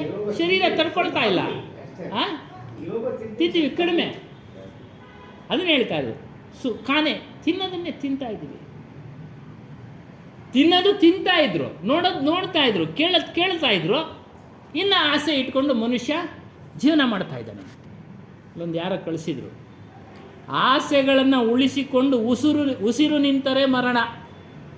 ನೋಡಿ, ಆಸೆಗಳನ್ನು ಉಳಿಸಿಕೊಂಡು ಉಸಿರು ನಿಂತರೆ ಮರಣ, ಉಸಿರು ಇದ್ದಾಗಲೂ ಆಸೆಗಳು ಇಲ್ಲವಾದರೆ ಅದುವೇ ಮೋಕ್ಷ. ನಮ್ಗೆ ಉಸಿರಿದೆ, ಆಸೆಗಳನ್ನ ಇಲ್ಲವಾಗಿಸ್ಕೊಳ್ಬೇಕು ನಾವು, ನೋಡಿ ಅದೇ ಮೋಕ್ಷ. ಅದೇ ಮೋಕ್ಷ ಅದನ್ನೇ ಹೇಳ್ತಾರೆ. ಈ ರೀತಿ ಆಸೆಗಳನ್ನು ಇಟ್ಕೊಂಡು ನಾವು ಶರೀರವನ್ನು ಬಿಡ್ತಾ ಇದ್ದೀವಿ, ಮತ್ತೆ ಹುಡ್ತಾ ಇದ್ದೀವಿ, ಮತ್ತೆ ಅದನ್ನೇ ಮಾಡ್ತಾ ಇದ್ದೀವಿ. ಯಾವಾಗ ಮನುಷ್ಯನಲ್ಲಿ ಆಸೆ ಇರುತ್ತೋ ಅವನು ಮತ್ತೆ ಹುಡ್ತಾ ಇರ್ತಾನೆ.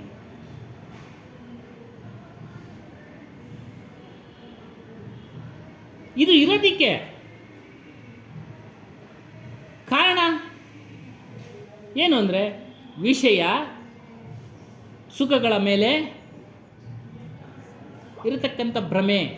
ಇದು ಶಾಶ್ವತವಾಗಿದೆ, ಶಾಶ್ವತವಾಗಿ ನನ್ನೊಂದಿಗಿರುತ್ತೆ. ಏನು, ದೇಹದ ಅಂತ್ಯದವರೆಗೂ ನಾವು ವಿಷಯ ಸುಖಗಳನ್ನು ಭೋಗಿಸಬಹುದು, ಭೋಗಿಸಬೇಕು. ಇವೆಲ್ಲ ಭ್ರಮೆಗಳು. ಪ್ರಪಂಚದ ವಿಚಾರಗಳನ್ನು ನಾವು, ವಿಷಯಾಸಕ್ತಿಗಳನ್ನು ದೇಹದ ಅಂತ್ಯದವರೆಗೂ ಭೋಗಿಸ್ಬೇಕು ಅನ್ನೋದು ಒಂದು ಆಸೆ. ಅದನ್ನು ಬಿಡಿ, ಭ್ರಮೆನ ಬಿಡಿ. ಈ ಭ್ರಮೆ ಇರೋ ಕಾರಣದಿಂದ ಮನುಷ್ಯನು ಹುಡ್ತಾ ಇದ್ದಾನೆ, ಸಾಯ್ತಾ ಇದ್ದಾನೆ, ಹುಡ್ತಾ ಇದ್ದಾನೆ, ಸಾಯ್ತಾ ಇದ್ದಾನೆ. ಮತ್ತು ಮನಸ್ಸು ಅದರಿಂದ ಹೋಗ್ತಾ ಇದೆ, ಮನಸ್ಸು ಅದರಿಂದ ಹೋಗ್ತಾ ಇದೆ. ಇದೇ ಹುಟ್ಟು ಸಾವುಗಳಿಗೆ ಕಾರಣ ಆಗಿದೆ. ಅಂದರೆ ಸದ್ಗುರುಗಳು ಕೊನೆಯಲ್ಲಿ ನಮಗೆ ಸಾವಧಾನ ಎಚ್ಚರಿಕೆ ಕೊಡ್ತಾ ಇದ್ದಾರೆ. ಮನುಷ್ಯ ಜನ್ಮ ಪಾಯಾಕೆ ನರ ಕಾಹೇಕೋ ಜಹಾ ಡಾಯ್. ವಿವೇಕ ಪ್ರಧಾನವಾದಂಥ ಒಂದು ಶರೀರ ಬಂದಿದೆ. ಒಳ್ಳೆಯದನ್ನು ಮಾಡ್ಕೊಳ್ಳೋಕ್ಕೆ ಶರೀರ ಅನ್ನೋ ಸಾಧನ ಬಂದಿದೆ. ಈ ಸಾಧನಗಳು ಅದನ್ನು ಒಳ್ಳೆಯದಕ್ಕೆ ಉಪಯೋಗಿಸ್ಕೊಳ್ಳಿ. ಜ್ಞಾನೇಂದ್ರಿಯಗಳನ್ನು, ಕರ್ಮೇಂದ್ರಿಯಗಳನ್ನು. ಇದನ್ನು ಪಡೆದಿದೆಯಾ ಮಾನವ, ಮನುಷ್ಯ, ಇದು ಮತ್ತೆ ಸಿಗೋದಿಲ್ಲ, ಕಳೆದೋಗ್ಬಿಡುತ್ತೆ. ಮತ್ತೆ ಯಾವಾಗೋ ಗೊತ್ತಿಲ್ಲ, ಎಷ್ಟು ಜನ್ಮಗಳನ್ನ ಎತ್ತು ಬರಬೇಕೋ, ಎಷ್ಟು ಕರ್ಮರಾಶಿಗಳಿದೆಯವೋ ಗೊತ್ತಿಲ್ಲ. ಇದೊಂದು ಸುವರ್ಣ ಅವಕಾಶ. ಇದನ್ನು ತಪ್ಪಿಸ್ಕೊಳ್ಬೇಡ.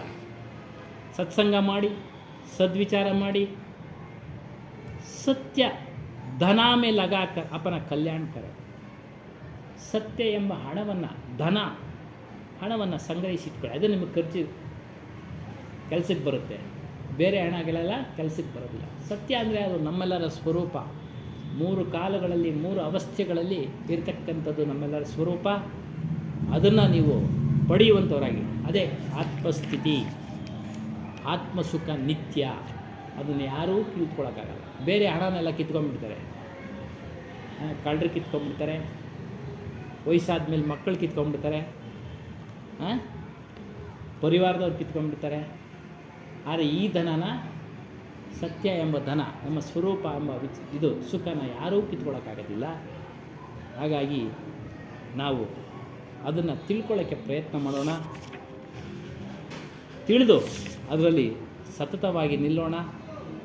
ಮತ್ತು ಅಪಾರವಾದ ಹುಟ್ಟು ಸಾವನ್ನ ಅನುಭವಿಸಿ ಬಂದುಬಿಟ್ಟಿದ್ದೀವಿ. ಅದನ್ನು ಬಿಡುಗಡೆ ಮಾಡಿಕೊಳ್ಳೋಣ ಅಂತ ಹೇಳ್ತಾ ಇದರ ಸತ್ಸಂಗ ಕಾರ್ಯಕ್ರಮ ಮುಕ್ತಾಯ ಮಾಡೋಣ. बोलिए श्री सत्यनाम आदि कबीर साहेब की जय, सद्गुरु श्री हनुमान साहेब की जय, गुरु माता जी की जय।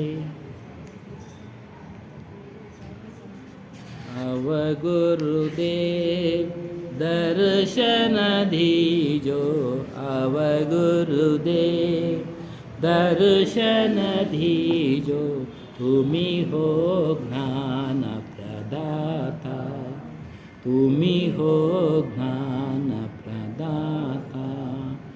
अवगुरुदेव दर्शन दीजो, अवगुरुदेव दर्शन दीजो. तुम्ही हो ज्ञान प्रदाता, तुम्ही हो ज्ञान प्रदाता. तुम्ही हो ब्रह्मा, तुम्ही हो विष्णु, तुम्ही हो ब्रह्मा, तुम्ही हो विष्णु, तुम्ही हो शंकर रूपा, तुम्ही हो शंकर रूपा. अवगुरुदेव दर्शन दीजो, अवगुरुदेव दर्शन दीजो. तुम्ही हो ज्ञान प्रदाता, तुम्ही हो ज्ञान प्रदाता. सृष्टि स्थिति लय की साक्षी तुम्ही हो, सृष्टि स्थिति लय की साक्षी तुम्ही हो. तुम्ही हो चेतन रूपा, तुम्ही हो चेतन रूपा.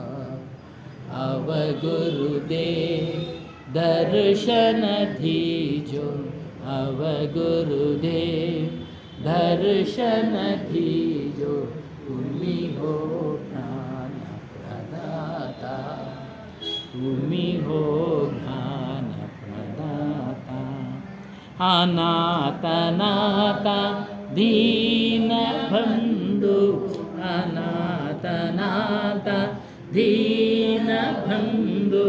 तुम्ही हो आनंद रूपा, तुम्ही हो आनंद रूपा. अवगुरुदेव दर्शन दीजो, अवगुरुदेव दर्शन दीजो. तुम्ही हो ज्ञान प्रदाता, तुम्ही हो ज्ञान प्रदाता.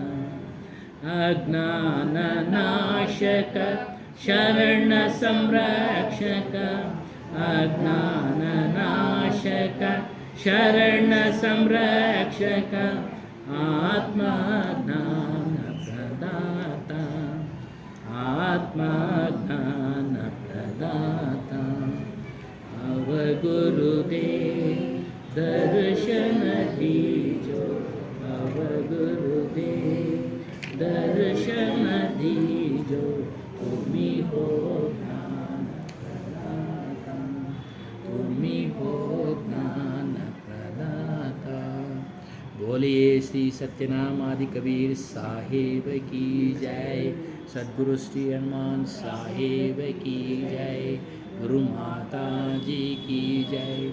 सर्व संत महंत की जय. ಬರೋರು ಅಲ್ಲೇ